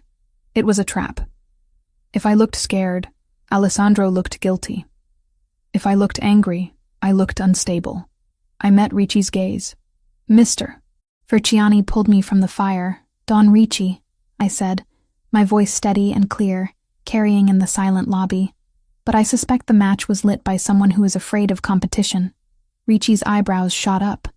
A ripple of murmurs went through the crowd. I had just implied Matteo was weak without saying his name. Alessandro's hand tightened on my arm, not in warning, but in approval. "Smart girl," Ricci chuckled darkly. "Let's hope she's fireproof." He stepped aside. We moved toward the ballroom. "You did good," Alessandro whispered. "I'm terrified," I whispered back, my legs trembling under the velvet. "You hide it well. That is all that matters." We entered the ballroom. It was a sea of black ties and designer gowns. And there, holding court near the champagne tower, was Matteo. He looked terrible. His tuxedo was wrinkled, his tie loose. His face was flushed, his eyes glassy. He was holding a glass of whiskey that looked like his fifth of the night. When he saw us, his expression twisted into a snarl that distorted his handsome features into something ugly. He pushed off the table, swaying slightly. The crowd parted around him, sensing the violence radiating off him like heat. "Well, well," Matteo shouted, his voice slurring. The orchestra stopped playing. The room fell silent again. Look who decided to show up. The prince and his project. Alessandro stopped. He released my arm and took a half step in front of me, shielding me partially. "Go home, Matteo. You are drunk." "I'm celebrating." Matteo laughed, a harsh, jagged sound. He stumbled toward us, spilling whiskey on the floor. "I heard you paid off the bank, brother. 150 grand for a patch of burnt dirt. You're losing your touch. Or maybe you just like paying for—" He looked at me, his eyes raking over the dress with disgust. "For damaged goods." The insult hung in the air, toxic and heavy. The room gasped. To insult a woman under protection was bad. To call her damaged goods in front of the commission was suicidal. I felt Alessandro go perfectly still. It was the stillness of a bomb the second before detonation. "Careful," Alessandro said. His voice was soft, but it carried to the back of the room. "You are speaking to my guest." "Guest?" Matteo sneered. "She's a baker, Alessandro. She's a nobody. I broke her little shop, and she came running to you like a stray dog looking for scraps. Look at her, wearing your grandmother's necklace like she deserves it. Take it off her. It's an insult to the family." Matteo reached out. He actually reached out to grab the necklace. It happened in a blur. Alessandro didn't punch him. That would have been too crude. Instead, he caught Matteo's wrist in midair. He twisted it. Hard. There was a sickening pop of cartilage. Matteo shrieked, dropping to his knees. The whiskey glass shattered on the marble floor. Alessandro didn't let go. He held Matteo there, kneeling in the glass and the spilled alcohol, forced to bow before us. "You do not touch her," Alessandro said. He wasn't shouting. He was pronouncing a sentence. "You do not look at her. You do not speak her name." "You're crazy," Matteo gasped, clutching his wrist. "She's nothing. She's just a bet I lost." Alessandro released him with a shove that sent Matteo sprawling backward. Then, Alessandro turned. He didn't look at his brother. He looked at the crowd. He looked at the dons, the wives, the rivals. He walked to the stage where the orchestra was waiting. He took the microphone from the stand. The feedback whined for a split second, then silence. He looked out at the room, searching until his eyes found mine. I stood alone in the center of the floor, the burgundy dress blazing like a beacon. "There have been rumors," Alessandro said, his voice amplified, filling the cavernous hall. "Rumors that the Versiani family is unstable. Rumors that I am acting without reason." He paused. "Let me be clear. The fire in Brooklyn was an act of cowardice committed by a man who cannot accept defeat. It was an attack on a civilian." He stepped off the stage and walked toward me. The crowd parted like the Red Sea. He didn't stop until he was standing right in front of me. He took my hand, the one that wasn't trembling, and raised it. "Clara Mitchell is not a prisoner," Alessandro declared, his voice ringing with power. "She is not a victim. She is under the personal protection of the Versiani head of family. This means that her debt is my debt. Her enemies are my enemies. And her safety?" He looked at Matteo, who was being helped up by 2 embarrassed security guards. "Is my only priority." Alessandro looked back at me. "Anyone who disrespects her, disrespects me. Anyone who touches her, declares war on me. And I have never lost a war." He brought my hand to his lips and kissed the knuckles, right over the spot where I had burned myself on the oven rack days ago. It wasn't a showy kiss. It was a seal. A blood pact made in front of 500 witnesses. "Get him out of here," Alessandro ordered the security team, gesturing to Matteo. "He is no longer welcome at family events." "You can't do this," Matteo screamed as the guards grabbed his arms. "I'm your blood. She's just a girl." "She is a queen," Alessandro said coldly. "You are a drunk." They dragged Matteo out. The doors closed behind him, cutting off his shouts. The silence that followed was terrified, reverent. Alessandro looked at me. "Are you all right?" he whispered, away from the microphone. I looked at him. My heart was pounding so hard I thought it would bruise my ribs. He had just claimed me. Not in secret, not in a car, but in front of the entire world that mattered to him. He had exiled his own brother for me. "I'm fine," I breathed. "I'm better than fine." "Good," he said. "Because I need air." He took my elbow and guided me not back to the crowd, but toward the French doors that led to the terrace. The crowd stepped back, bowing their heads slightly as we passed. They weren't looking at the baker anymore. They were looking at the boss's woman. We stepped out onto the stone balcony. The winter air hit us instantly, freezing and sharp, but after the heat of the ballroom, it felt clarifying. The city lights of Manhattan sprawled out before us, a grid of gold and diamonds. Alessandro walked to the stone railing and gripped it, staring out at the city. I watched him. I saw the way his chest heaved, the way the adrenaline was slowly bleeding out of him, leaving him raw. I walked over and stood next to him. I didn't say anything. I just placed my hand over his on the cold stone. He turned his hand over and gripped mine, lacing our fingers together. "I didn't plan the speech," he admitted, his voice low. "It was a good speech," I said. "A bit dramatic, but effective." He let out a short, dry laugh. "I broke his wrist. My mother would be ashamed." "Your mother would be proud that you stood up for someone who couldn't stand up for themselves," I said softly. "Matteo he was going to hurt me, Alessandro. Not physically, maybe, but he wanted to strip me of my dignity. He wanted to make me feel small. He succeeded with the fire," Alessandro said. "I wasn't going to let him succeed tonight. He turned to face me, blocking the wind with his body. He looked down at the necklace, his grandmother's necklace, resting against my skin. "You asked me once why I intervened," he said. "Why I took you from the ball. Why I paid the debt. You said it was to secure your assets," I reminded him. I lied. The wind whipped a strand of hair across my face. He reached out and tucked it behind my ear, his fingers lingering on my jaw.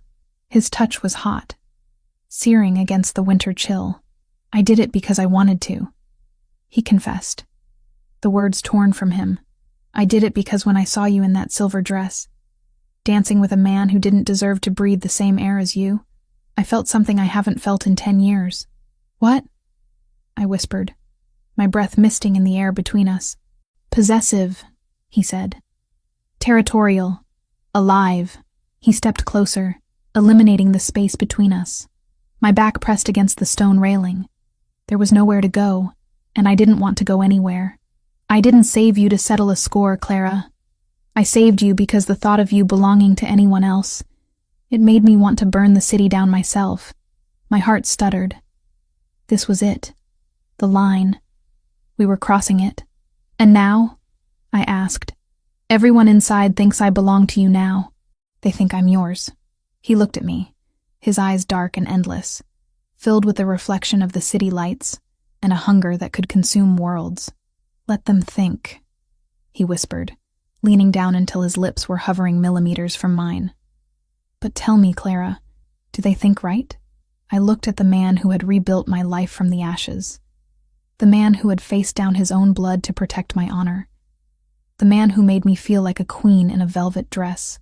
I reached up, tangling my fingers in the hair at the nape of his neck. "Yes," I breathed. He didn't hesitate. He crashed his mouth down on mine. It wasn't a gentle kiss. It was a collision. It was fire and ice, velvet and steel. It was the taste of danger and the promise of safety. He kissed me like he was starving, and I kissed him back with everything I had. All the fear, all the gratitude, all the anger at the world, pouring it into him. His arms wrapped around me, lifting me slightly off the ground, crushing me against his chest. I felt the gun holster under his jacket, the hard muscle of his chest, the frantic beating of his heart that matched my own. For a moment, on that balcony, there was no mafia, no debt, no Matteo. There was just us, the baker and the boss, rewriting the rules of the game. When he finally pulled back, we were both gasping for air. His forehead rested against mine. "Let's go home," he growled. "Yes," I said. "Let's go home." But as we turned to leave the terrace, a shadow moved in the corner of my vision. A flicker of movement from the street below. I looked down, but there was nothing there. Just the empty street and the waiting cars. I shivered, but Alessandro wrapped his coat around my shoulders, pulling me into his side. "I have you," he promised, and for tonight, under the burgundy velvet and the winter stars. I believed him. I had picked the right brother, and I was never, ever giving him back. The storm that battered the Versiani estate that night felt less like weather and more like a premonition. Rain lashed against the reinforced glass of the East Wing's balcony doors, the sound rhythmic and violent, drowning out the silence that usually suffocated the mansion. I lay in the center of the massive bed, staring up at the intricate plaster molding of the ceiling, unable to close my eyes. My body was exhausted, drained by the adrenaline of the gala and the emotional whiplash of the last 48 hours. But my mind was a live wire. Every time I closed my eyes, I saw Alessandro on the balcony. I felt the rough stone railing against my back, the biting winter wind on my face, and the searing heat of his mouth on mine. It hadn't been a performance. The speech in the ballroom might have been calculated to silence the commission. But the kiss, that was raw. It was acclaiming. I touched my lips, half expecting them to still feel bruised. He hadn't come to my room tonight. After we returned from the city, he had retreated to his study in the West Wing, claiming he had urgent calls to make regarding the fallout with Matteo. He had kissed my forehead at the bottom of the stairs, his eyes dark and heavy with unsaid words, and told me to lock my door. "Sleep," he had ordered, though he looked like he hadn't slept in a decade. "I will secure the house." I had obeyed. I had locked the heavy oak door, engaged the deadbolt, and even propped a heavy chair under the handle. A habit from my days living alone in a bad neighborhood in Brooklyn. It felt silly in a fortress like this, guarded by men with earpieces and assault rifles. But old habits died hard. I turned over, burying my face in the silk pillowcase that smelled faintly of lavender detergent. The storm outside intensified, a crack of thunder shaking the floorboards. Somewhere deep in the house, a floorboard creaked. I froze. My breath caught in my throat. I strained my ears, listening through the drumming of the rain. The mansion was old. It settled and groaned like a living thing. It was probably nothing. Probably just the wind. But the hair on the back of my arms stood up. It was that instinct again. The same one that had screamed at me in the ballroom before I even knew Mateo was the wrong brother. I sat up slowly, clutching the duvet to my chest. The room was pitch black, save for the occasional flash of lightning that illuminated the furniture in ghostly bursts of white light. The handle of my bedroom door turned. It was a slow, deliberate movement. The metal latch clicked, hitting the resistance of the deadbolt. Then silence. "Alessandro?" I whispered, my voice trembling. He wouldn't try to enter without knocking. He had been scrupulously respectful of my space since I arrived. He treated the East Wing like a sanctuary he wasn't allowed to violate. There was a pause. Then, a scratching sound. Metal on metal. It sounded like a pick working the lock. My heart hammered against my ribs. Security had the master keys. Alessandro had the key. No one needed to pick a lock in their own house. I scrambled out of bed, my bare feet silent on the plush carpet. I didn't run to the door. I ran to the bedside table. I opened the drawer with shaking hands and pulled out the taser Alessandro had given me 3 days ago. "It is not a toy," he had said, pressing the cold plastic into my palm. "It delivers 50,000 volts. If anyone touches you who isn't me, you use it. You do not hesitate." I gripped the weapon, flipping the safety off. The small red light blinked to life in the darkness. The deadbolt slid back with a heavy thud. I backed away toward the balcony, putting the heavy armchair between me and the door. The chair I had propped under the handle scraped against the floor as the door was pushed open. A figure stepped into the room. Lightning flashed, illuminating him for a split second. It was Alessandro. He was wearing the same black dress shirt he had worn earlier, unbuttoned at the top, sleeves rolled up. His hair was messy, wet, as if he had been out in the rain. He stood in the doorway, his silhouette imposing, filling the frame. I lowered the taser slightly, relief washing over me so intensely it almost made my knees buckle. "Alessandro," I breathed, letting out a shaky laugh. "You scared me. Why did you pick the lock?" I would have opened it. He didn't answer. He stepped into the room, closing the door behind him softly. The click of the latch sounded like a gunshot in the quiet room. "I didn't want to wake you," he whispered. His voice was a low rumble, barely audible over the storm. He walked toward me, his movements fluid, but strange. There was a heaviness to his step, a lack of that precise, predatory grace I had come to associate with him. "It's late," I said, confusion creeping back in. "Is everything okay? Did something happen with the commission?" "Everything is fine," he murmured. He was closer now, rounding the foot of the bed. I needed to see you. I needed to know you were still here." It was exactly what I wanted to hear. It was the vulnerability I had seen on the balcony. So why was every nerve in my body screaming danger? He reached out for me. "Come here, Clara." I took a step forward, drawn by the pull he always had on me. But as I moved, the air shifted. He was close enough now that I could smell him.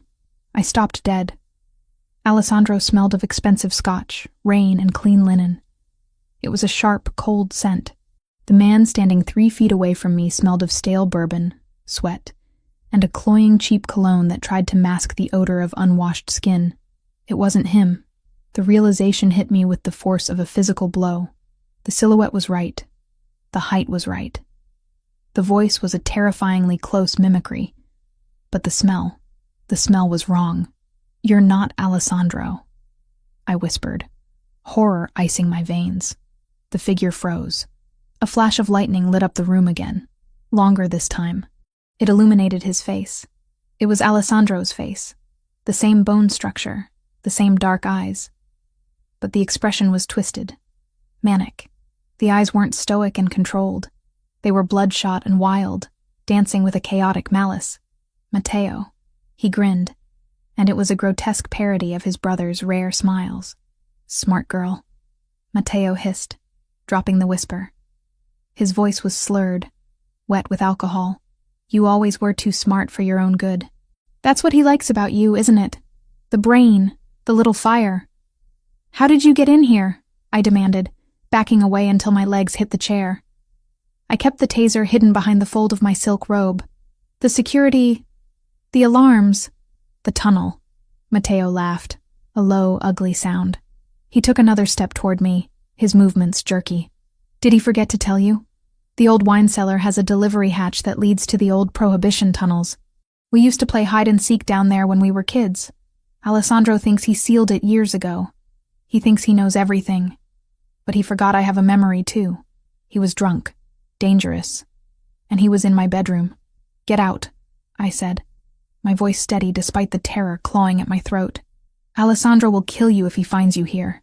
Alessandro is busy, Matteo sneered. I tripped the perimeter alarms on the west gate. He's out there right now, running around in the rain with his dogs, looking for a threat that isn't there, while the real wolf walked right through the back door. He lunged. It wasn't a seductive move. It was an attack. He cleared the distance between us in a second, his hand shooting out to grab my throat. I didn't scream. I didn't freeze. I remembered the weight of the gun in the car. The lessons Alessandro had whispered to me about survival. You do not hesitate. I sidestepped his grab, dropping to my knees, and thrust the taser upward into his exposed stomach. I pulled the trigger. The crackle of electricity was deafening in the small space. Matteo convulsed, a guttural scream tearing from his throat as 50,000 volts locked his muscles. He collapsed backward, crashing into the bedside table, shattering the lamp. I didn't wait to see if he was down. I scrambled over the bed, making for the door. You bitch, he roared. He was fast. Too fast. The drugs or the alcohol must have dulled the pain, or maybe the taser hadn't connected fully through his thick coat. I felt a hand clamp around my ankle. I fell hard, my chin hitting the carpet. He dragged me back, away from the door. I kicked out, my heel connecting with his shoulder, his face, anything I could reach. He crawled on top of me, his weight crushing the air from my lungs. He wasn't smiling anymore. His face was a mask of pure, unadulterated hatred. You think you're special? He spat, saliva hitting my cheek. He pinned my wrists above my head with one hand. You're nothing. You're a baker, a peasant, and you ruined me. You ruined yourself, I screamed, bucking my hips, trying to throw him off. He humiliated me, Matteo shrieked, his voice cracking. In front of the commission, he broke my wrist. He took my birthright, and he did it for you.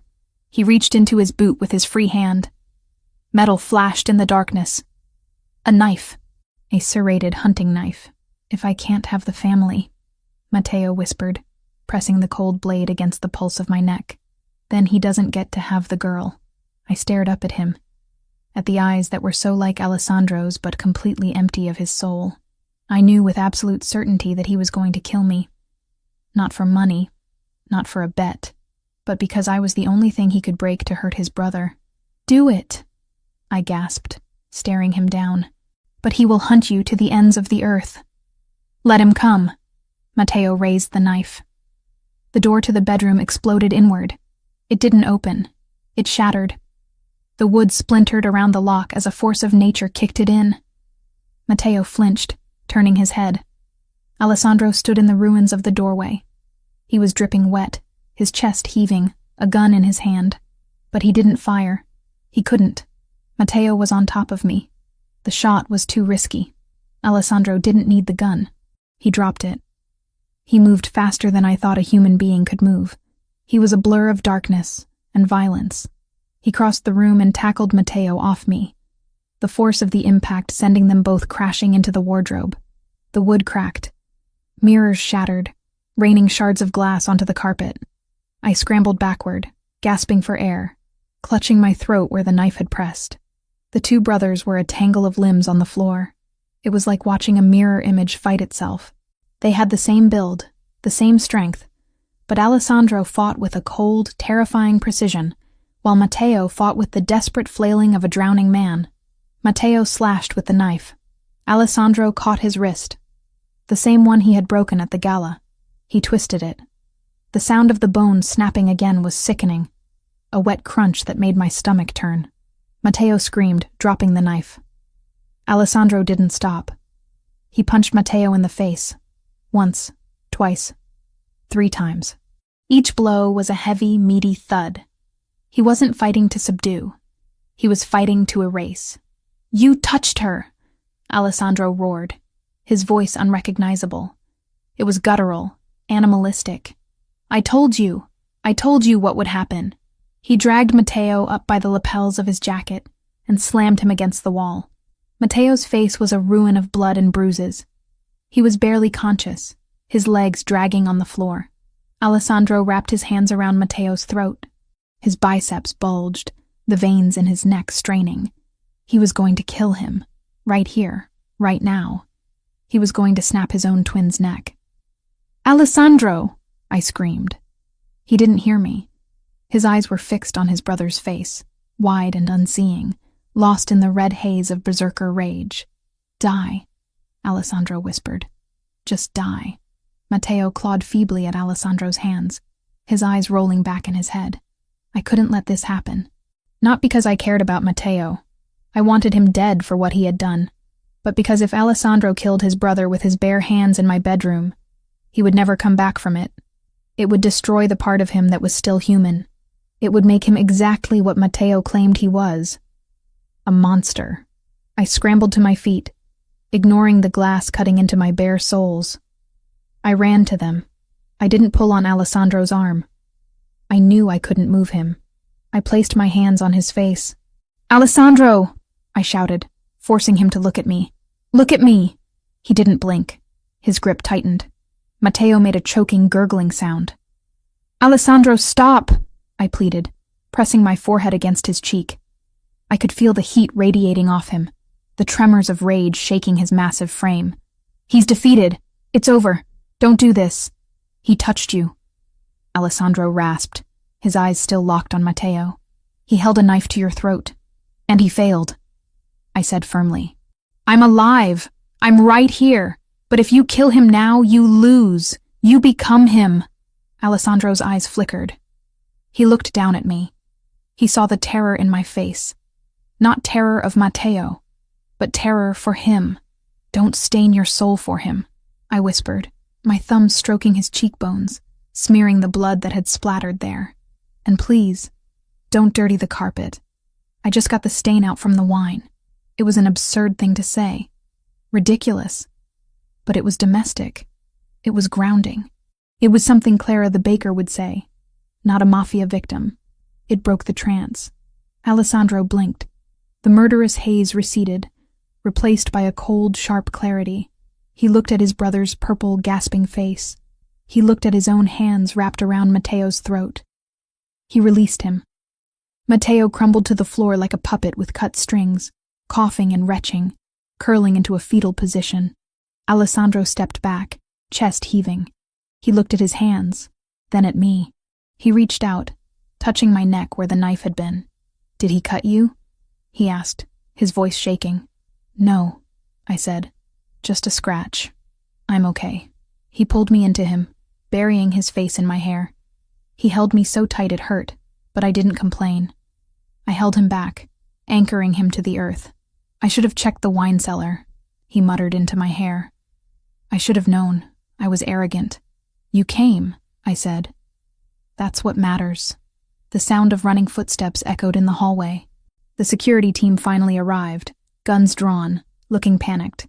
They stopped at the door, taking in the scene, the shattered wardrobe, the unconscious brother on the floor, the boss covered in rain and blood holding me. "Boss!" the head of security gasped. We The West Gate alarm was a diversion, Alessandro said coldly, not letting go of me. He turned to face his men, his mask of command sliding back into place, though it was cracked. My brother utilized the old Prohibition tunnel. Secure it. Weld it shut. Pour concrete into it if you have to. Yes, sir, and… Him? The guard pointed at Matteo. Alessandro looked down at his twin. There was no love left in his eyes. There wasn't even hate. There was just nothing. Take him to the holding cell in the basement, Alessandro ordered. Call the doctor to set his arm. I want him conscious for the council meeting. You're not… killing him?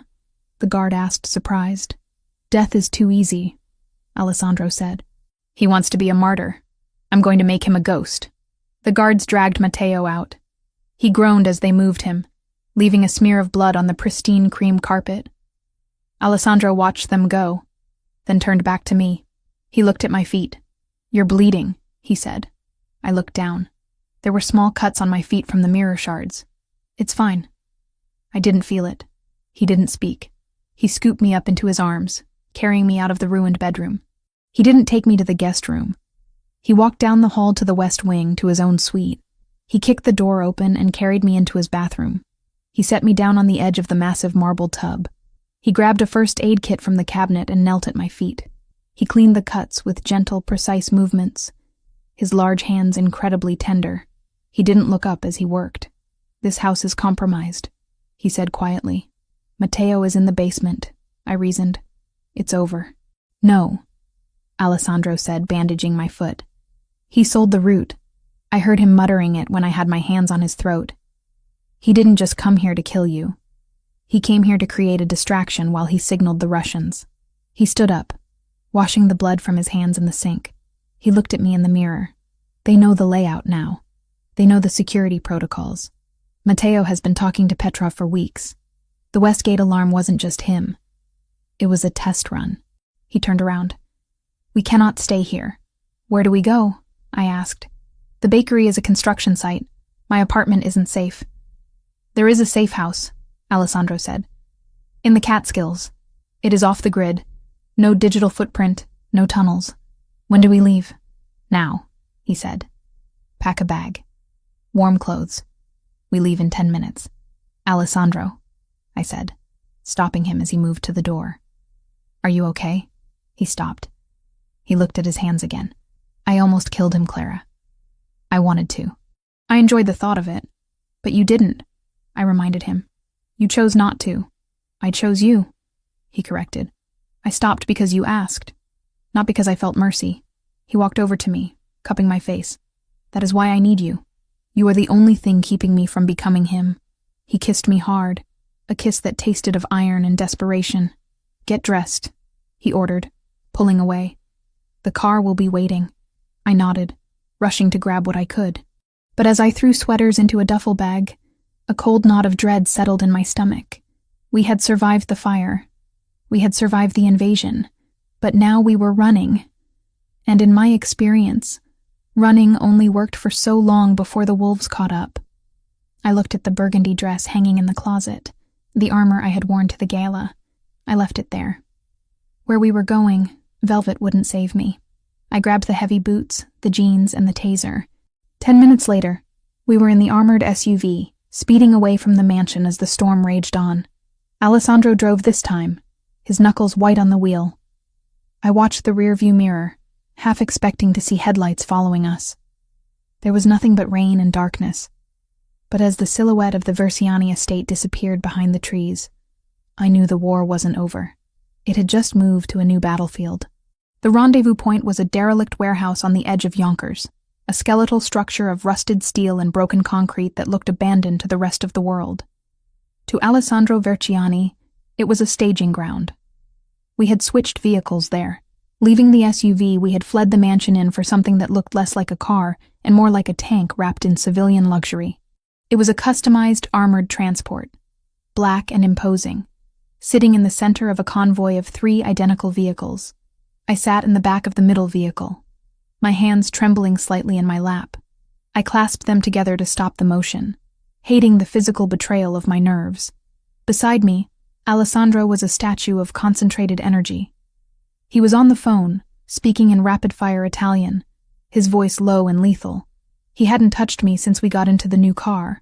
He was in war mode, his mind moving pieces on a chessboard I could barely see. "The route is compromised," he said into the phone, then listened. "No. Matteo didn't just sell the location of the mansion. He sold the contingency plans. He knows about the Catskills." My stomach dropped. The safe house. He hung up and looked at the partition separating us from the driver and the bodyguard in the front seat. "Silas," he barked. "Change the route. Take the secondary mountain pass. Stay off the main highway." "Yes, boss," the driver replied, his eyes meeting Alessandro's in the rearview mirror. Silas was a mountain of a man, former special forces, with a neck as thick as a tree trunk. If he was worried, he didn't show it. Alessandro turned to me. In the dim blue light of the car's interior, the bruises on his knuckles, fresh from beating his brother, looked black. He reached out and covered my clasped hands with his own. His palm was warm, rough, and grounding. "We are going dark," he said. "No phones. No signals. The Russians have tech that can triangulate our position if we stay connected." "The Russians?" I whispered. "Matteo sold us to the Bratva?" "He sold a map," Alessandro corrected, his thumb rubbing over my knuckles. "He told Petrov where to find us. Petrov has wanted my territory for 5 years. Matteo gave him the key to the front door." "Why?" I asked, though I knew the answer. "Why would he destroy his own family? Because if he can't rule the kingdom, he would rather see it burn," Alessandro said. "He is a child with a matchbox." The convoy began to move. We rolled out of the warehouse and onto the dark, slick roads leading north. The rain had turned into a mix of sleet and snow as we climbed in elevation, coating the windshield in a gray slush that the wipers fought to clear. I leaned my head back against the leather seat, closing my eyes. I tried to summon the feeling of the velvet dress, the power I had felt at the gala, but it felt like a lifetime ago. Tonight I was wearing jeans and heavy boots, a fugitive in a war I hadn't started. "Distinctive," Alessandro murmured. I opened my eyes. He was watching me. "What?" "You are thinking too loud," he said. "Stop calculating the odds, Clara. That is my job." "I'm not calculating odds," I admitted. "I'm thinking about the eggplant parmigiana. It's still sitting on the counter. Cold." A ghost of a smile touched his lips, softening the harsh lines of his face. "When this is over, I will buy you 1,000 eggplants. We will make a feast." "When this is over," I repeated. The words hung in the air, fragile and heavy. The car banked sharp left, leaving the paved road for a gravel track that wound up into the dense forest of the Catskills. The trees pressed in on either side, tall pines weighed down by snow, creating a tunnel of shadows. The convoy slowed. The lead car was about 50 yards ahead, its taillights 2 red eyes in the darkness. The tail car was the same distance behind. "Silas, status," Alessandro commanded. "Visibility is poor, boss," Silas reported. "Thermal is picking up deer, but nothing else. We're 5 miles from the safe house. 5 miles. 10 minutes. I started to relax. Just a fraction. I looked out the window at the passing trees. Then the world exploded. It didn't start with a sound. It started with a flash, a blinding white-hot streak of light that tore through the darkness ahead of us. It struck the lead car. The impact was visceral. The vehicle 50 yards ahead of us didn't just stop. It disintegrated. The fuel tank ignited instantly, sending a fireball rolling into the night sky, turning the snow into steam. The concussion wave hit us a second later, shaking our heavy armored car like a toy. "RPG!" Silas screamed, slamming on the brakes. "Ambush! Ambush front! Reverse!" Alessandro roared, throwing his arm across my chest to pin me to the seat.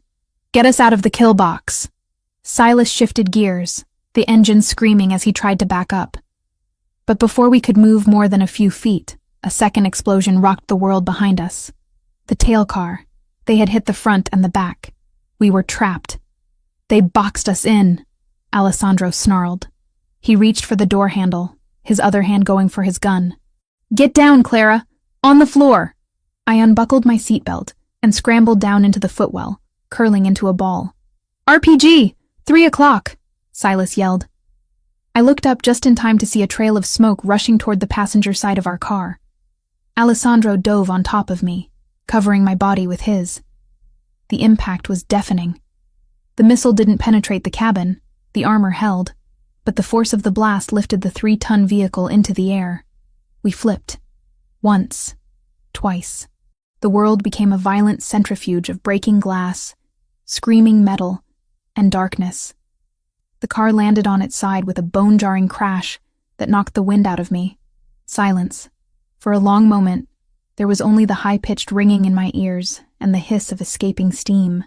I blinked, trying to make sense of the orientation. I was lying on the ceiling of the car, or the door. I couldn't tell. Alessandro, I croaked. The air was thick with dust and the acrid smell of propellant. Clara, his voice was strained, tight with pain.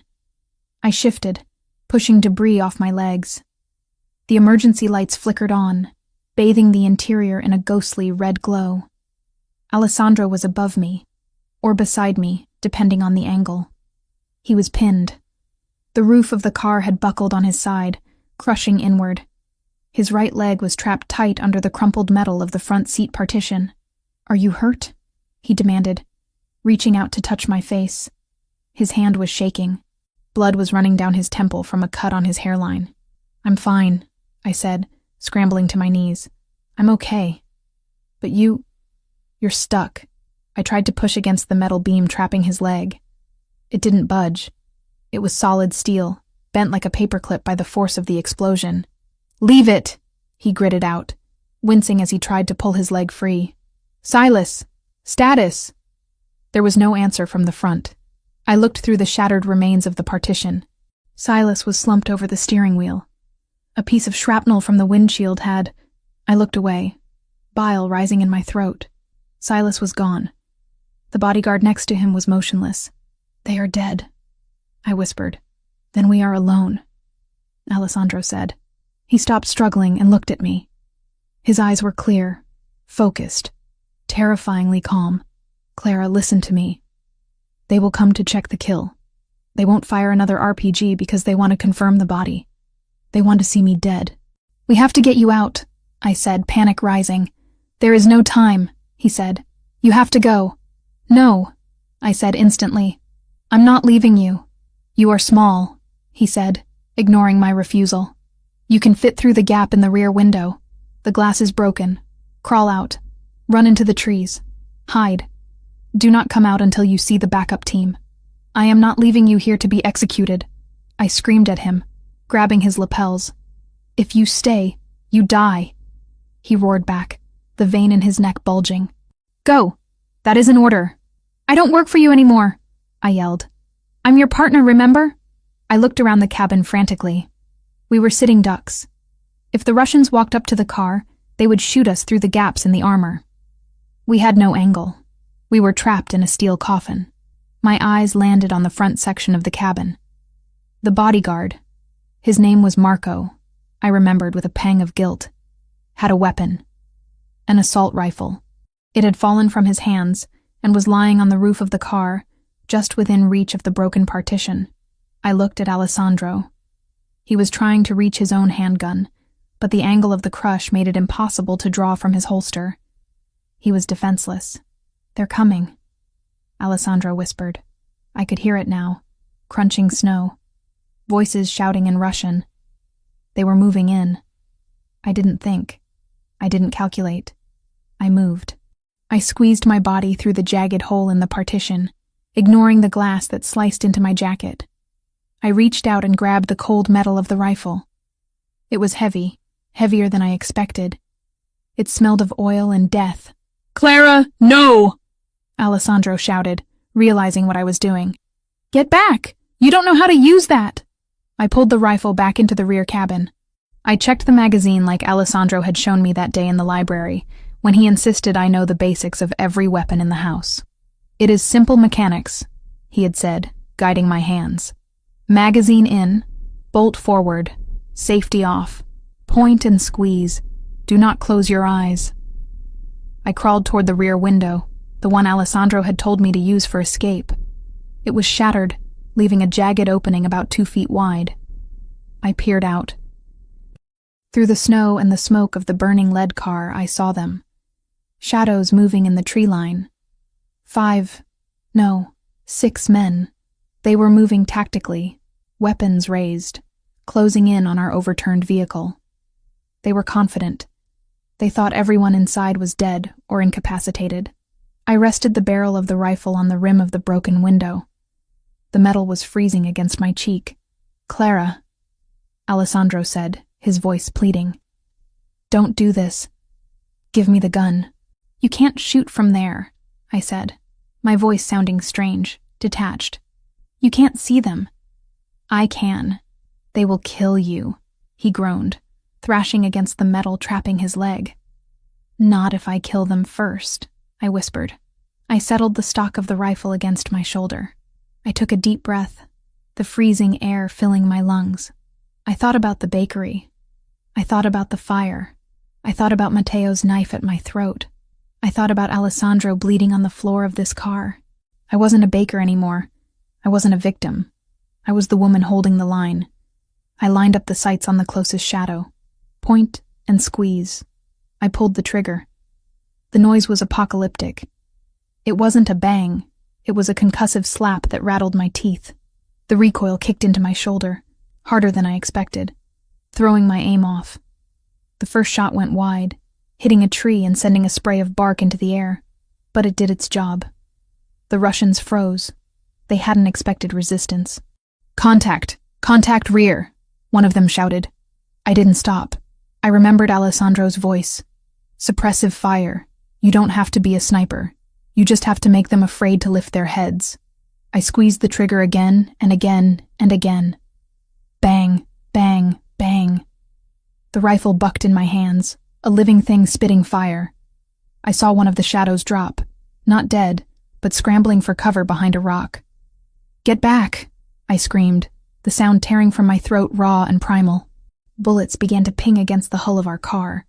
Sparks flew as rounds deflected off the armor plating. I ducked down, covering my head as glass and metal fragments rained down on me. "Clara!" Alessandro's hand found my ankle. He was gripping me so hard it hurt. "Stay down!" "If I stay down, they flank us," I yelled back. I popped up again. They were moving to the left, trying to circle around to the side of the car where the undercarriage was exposed. I swung the barrel of the rifle. I saw a man running through the snow, a dark silhouette against the white ground. I led him, just like I led the piping bag on a cake. I fired. The man jerked violently, spinning around before collapsing into the snow. I stopped breathing for a second. I had just shot someone. "Keep firing!" Alessandro roared from the darkness behind me. "Don't think about it. Keep them back." His voice snapped me out of the shock. He was right. If I stopped to process the morality of it, we were dead. I fired again, spraying the tree line where the others were hiding. The magazine clicked dry. "Empty!" I shouted, panic flaring. "Grab the spare," Alessandro commanded. "On the vest! Marco's vest!" I scrambled back to the partition. I reached through, patting down the dead bodyguard's chest until my fingers found the hard plastic of a spare magazine. I ripped it free. My hands were shaking so hard I dropped it. "Calm." Alessandro's voice was suddenly soft, right in my ear. He had managed to twist his body, dragging himself as close as the crushed metal would allow. He reached out and placed his hand over my trembling ones. "Slow is smooth. Smooth is fast. Breathe, Clara." I took a breath. I picked up the magazine. I slammed it into the receiver and hit the release. The bolt snapped forward. "I'm ready," I said. "They will rush now." Alessandro warned. "They know you reloaded. Watch the right flank." I moved back to the window. Sure enough, 2 of them were sprinting toward us, using the smoke from the burning lead car as cover. I leveled the rifle. The fear was gone. It had burned away, leaving only a cold, hard clarity. This was my territory. This was my man. I opened fire. The first man dove into the snow. The second one kept coming, raising his weapon. I saw the muzzle flash of his gun. A bullet whizzed past my ear, So close I felt the wind of it. I didn't flinch. I aimed at his center of mass. I pulled the trigger. He fell. He didn't get up. 2 down, I called out. Hold the line, Hatesoro. My treasure, Alessandro said. Backup is 3 minutes out. I tracked the transponder. 3 minutes. It sounded like an eternity. For the next 180 seconds, I waged a one-woman war in the frozen woods of the Catskills. Every time a shadow moved, I fired. Every time they tried to advance, I forced them back. My shoulder was throbbing, my ears were ringing, and my fingers were numb from the cold. But I didn't stop. I was the wall. I was the shield. Then, I heard it. Not the crack of rifles, but the heavy, rhythmic thrumming of rotors. Lights appeared above the tree line, blinding spotlights cutting through the snow. A helicopter. A Black Hawk, unmarked, screaming in low over the treetops. Friendly, Alessandro shouted. It's the extraction team. The Russians realized it too. They broke cover, running back into the deep woods, abandoning the fight. I didn't stop aiming until the helicopter touched down in the small clearing 50 yards away. Men in tactical gear poured out, moving with the same lethal efficiency Alessandro possessed. They secured the perimeter in seconds. Clear, one of them shouted. Only then did I lower the rifle. My strength left me all at once. The adrenaline crash was brutal. I slumped against the side of the overturned car, gasping for air, the rifle slipping from my numb fingers. Clara, Alessandro called out. I turned to him. The red emergency light painted his face in shadows. He was still pinned, still trapped, but he wasn't looking at his leg. He was looking at me. There was awe in his eyes, and something else. Something that looked like worship. You're alive, I whispered, reaching out to touch his face. Because of you, he said. He caught my hand and pressed it to his lips. I told you to run. I told you I don't work for you, I said, a hysterical laugh bubbling up in my throat. The rear doors of the armored car were ripped open by the rescue team. Boss! The team leader, a man named Dante, no relation to the brother, looked inside. We have the Jaws. We'll get you out. Get her first, Alessandro ordered. Check her for injuries. I'm fine, I said, waving them off. Get the metal off his leg. It took them 10 minutes to cut him free. 10 minutes of grinding metal and sparks. I stayed right there, holding his hand, refusing to leave the car until he did. When they finally pulled the beam back, Alessandro groaned, his face going pale, but he didn't cry out. They pulled him from the wreckage. He couldn't stand. His right leg was a mess of torn trousers and blood, but he was alive. They loaded him onto a stretcher. I walked beside him as they carried him toward the helicopter. The snow was crunching under my boots, stained pink with blood. Some of it mine, some of it from the men I had shot. Before they lifted him into the chopper, Alessandro grabbed the medic's arm. Wait, he looked at me. He reached out his hand. I took it. You didn't just hold the line, he whispered, his voice rough with pain and pride. You became the line. I was protecting my investment, I said, trying to joke. But my voice broke. You still owe me a bakery. He pulled me down, ignoring the medics, ignoring the spinning rotors, and kissed me. It wasn't the searing kiss of the balcony. It was a desperate, grounding kiss. A kiss of survival. I owe you my life, he said against my lips, and I pay my debts. He released me, and they loaded him in. I climbed in after him, sitting on the bench seat opposite the stretcher. I looked down at my hands. They were covered in grease, soot, and blood. They were shaking again. But as the helicopter lifted off, leaving the burning wreckage and the dead bodies in the snow below, I realized the shaking wasn't fear.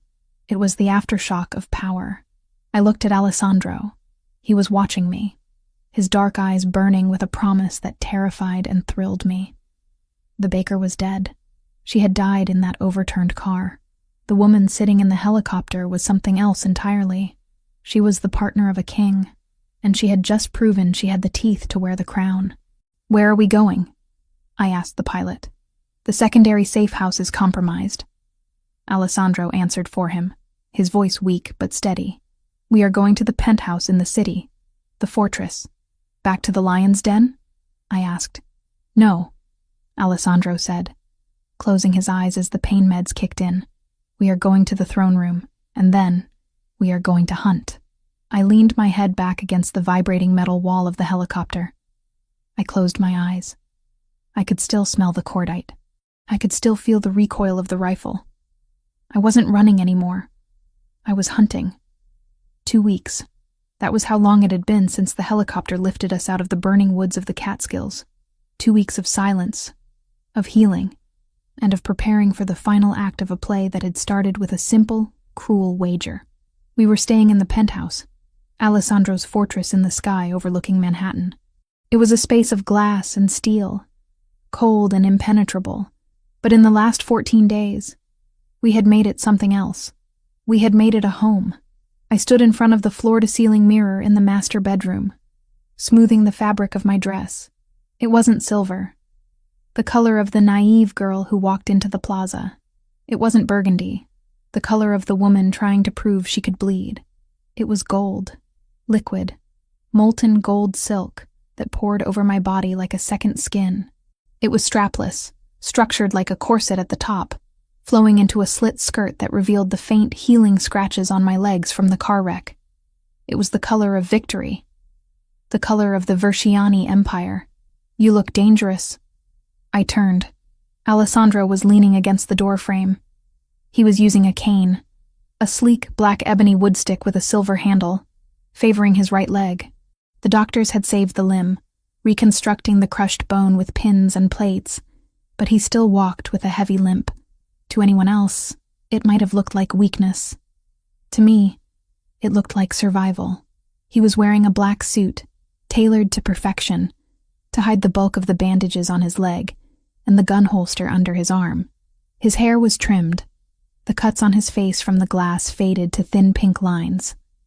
But his eyes were the same, dark, intense, and currently devouring me.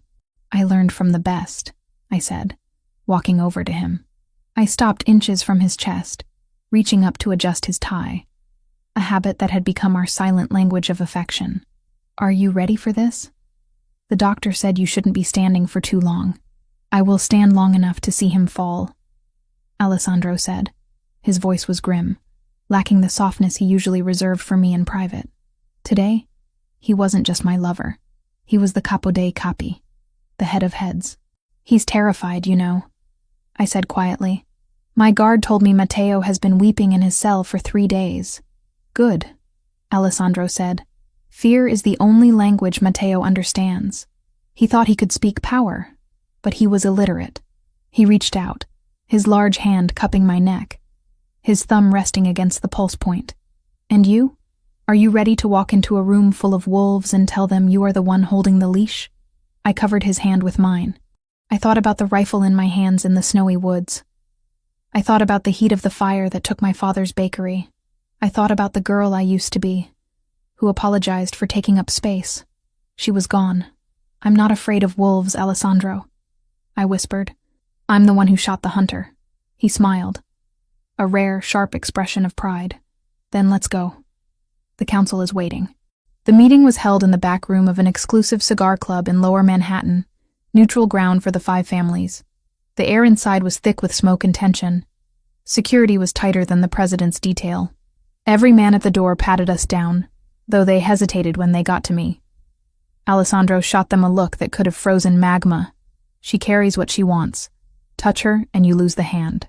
They stepped back, letting me pass with the small pearl-handled pistol in my clutch, a gift from Alessandro for our 2-week anniversary of surviving the crash. We walked into the chamber. It was a cavernous room with dark mahogany walls and a round table in the center. 5 men sat there. The Dons, the architects of organized crime in the city. Don Ricci was there, looking older and wearier than he had at the gala. Don Rinaldi, the heads of the Gambino and Genovese factions. When Alessandro entered, the sound of his cane striking the hardwood floor echoed like a gavel. Click, step, click, step. He didn't bow.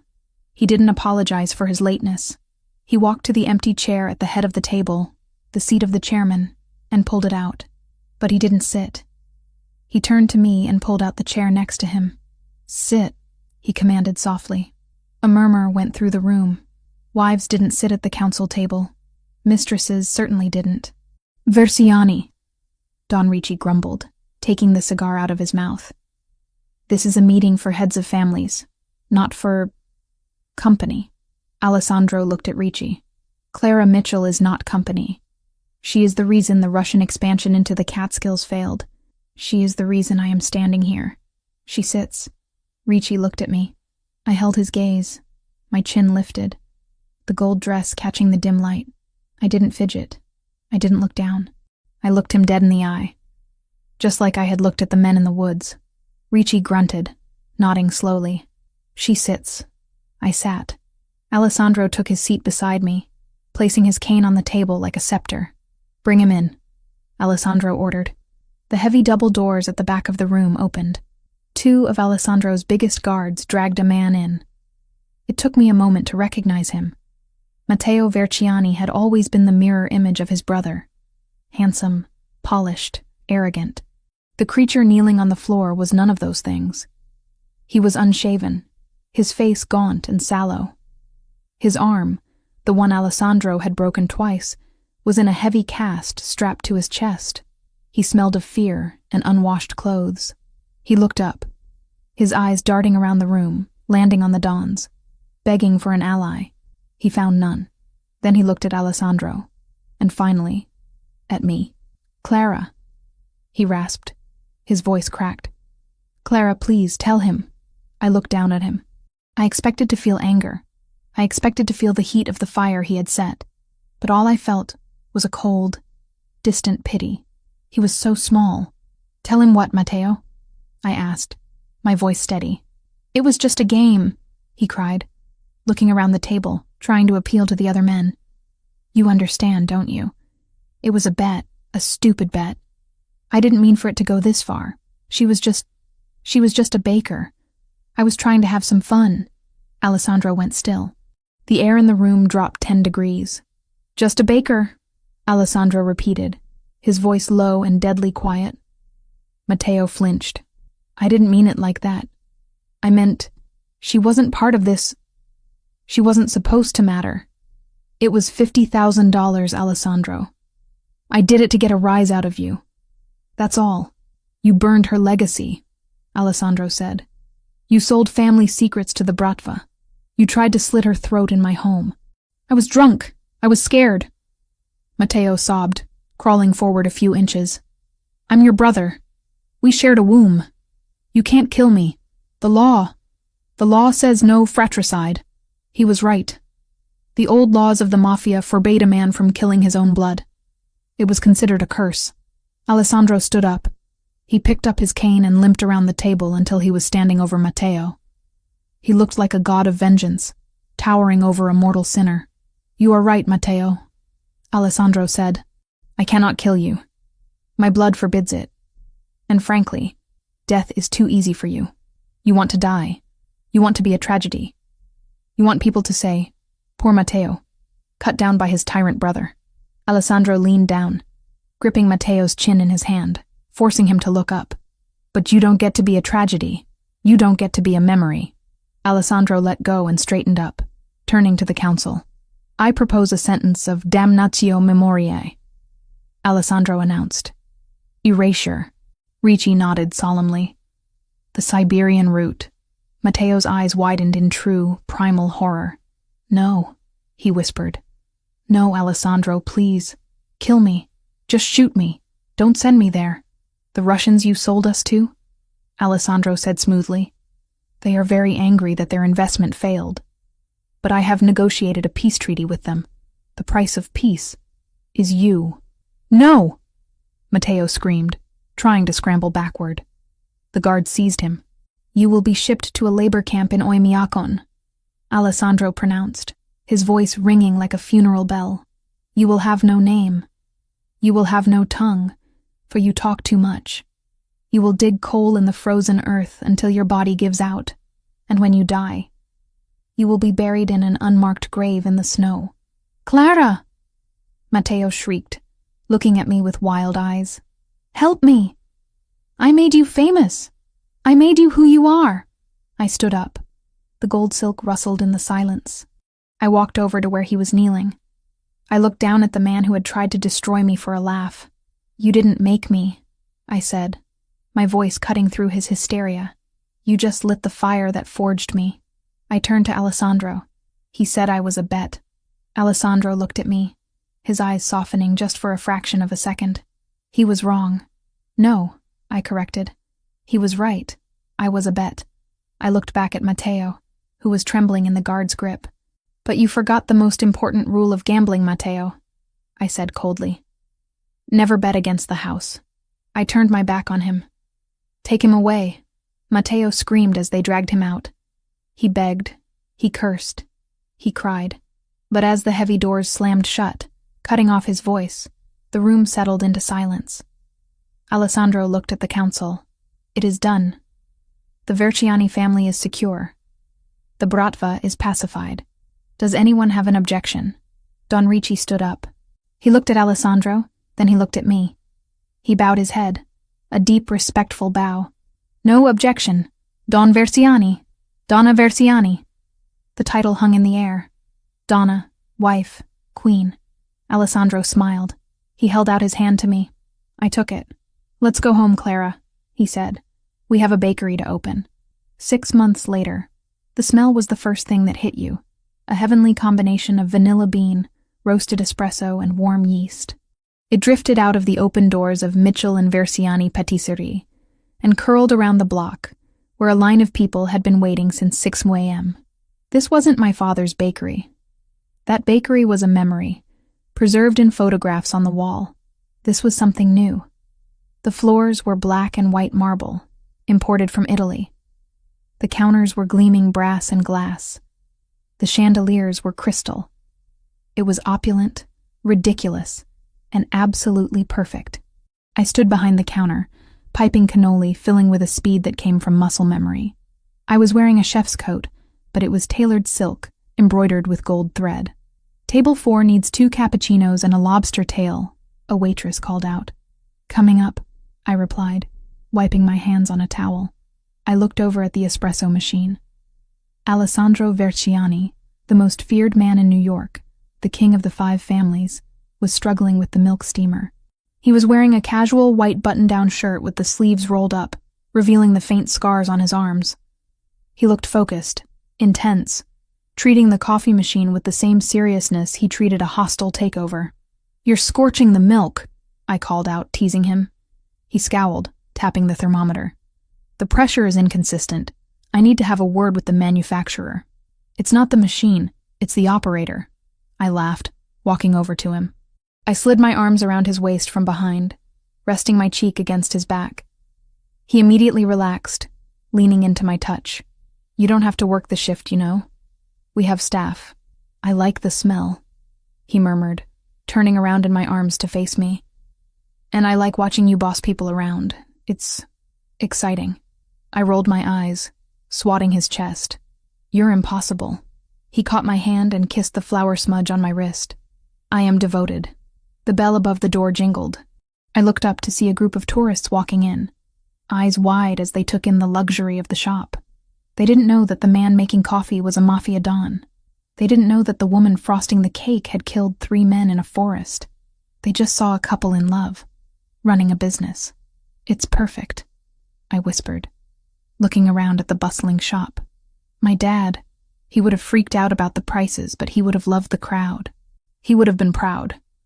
Alessandro said firmly. "You saved his name." "We saved it," I corrected. He reached into his pocket and pulled out a small velvet box. He placed it on the counter next to the espresso grinder. "Alessandro," I warned, "we are working." "I have a debt to settle," he said, ignoring me. He opened the box. Inside sat a ring, but not just any ring. It was a massive, emerald-cut diamond, flanked by 2 rubies.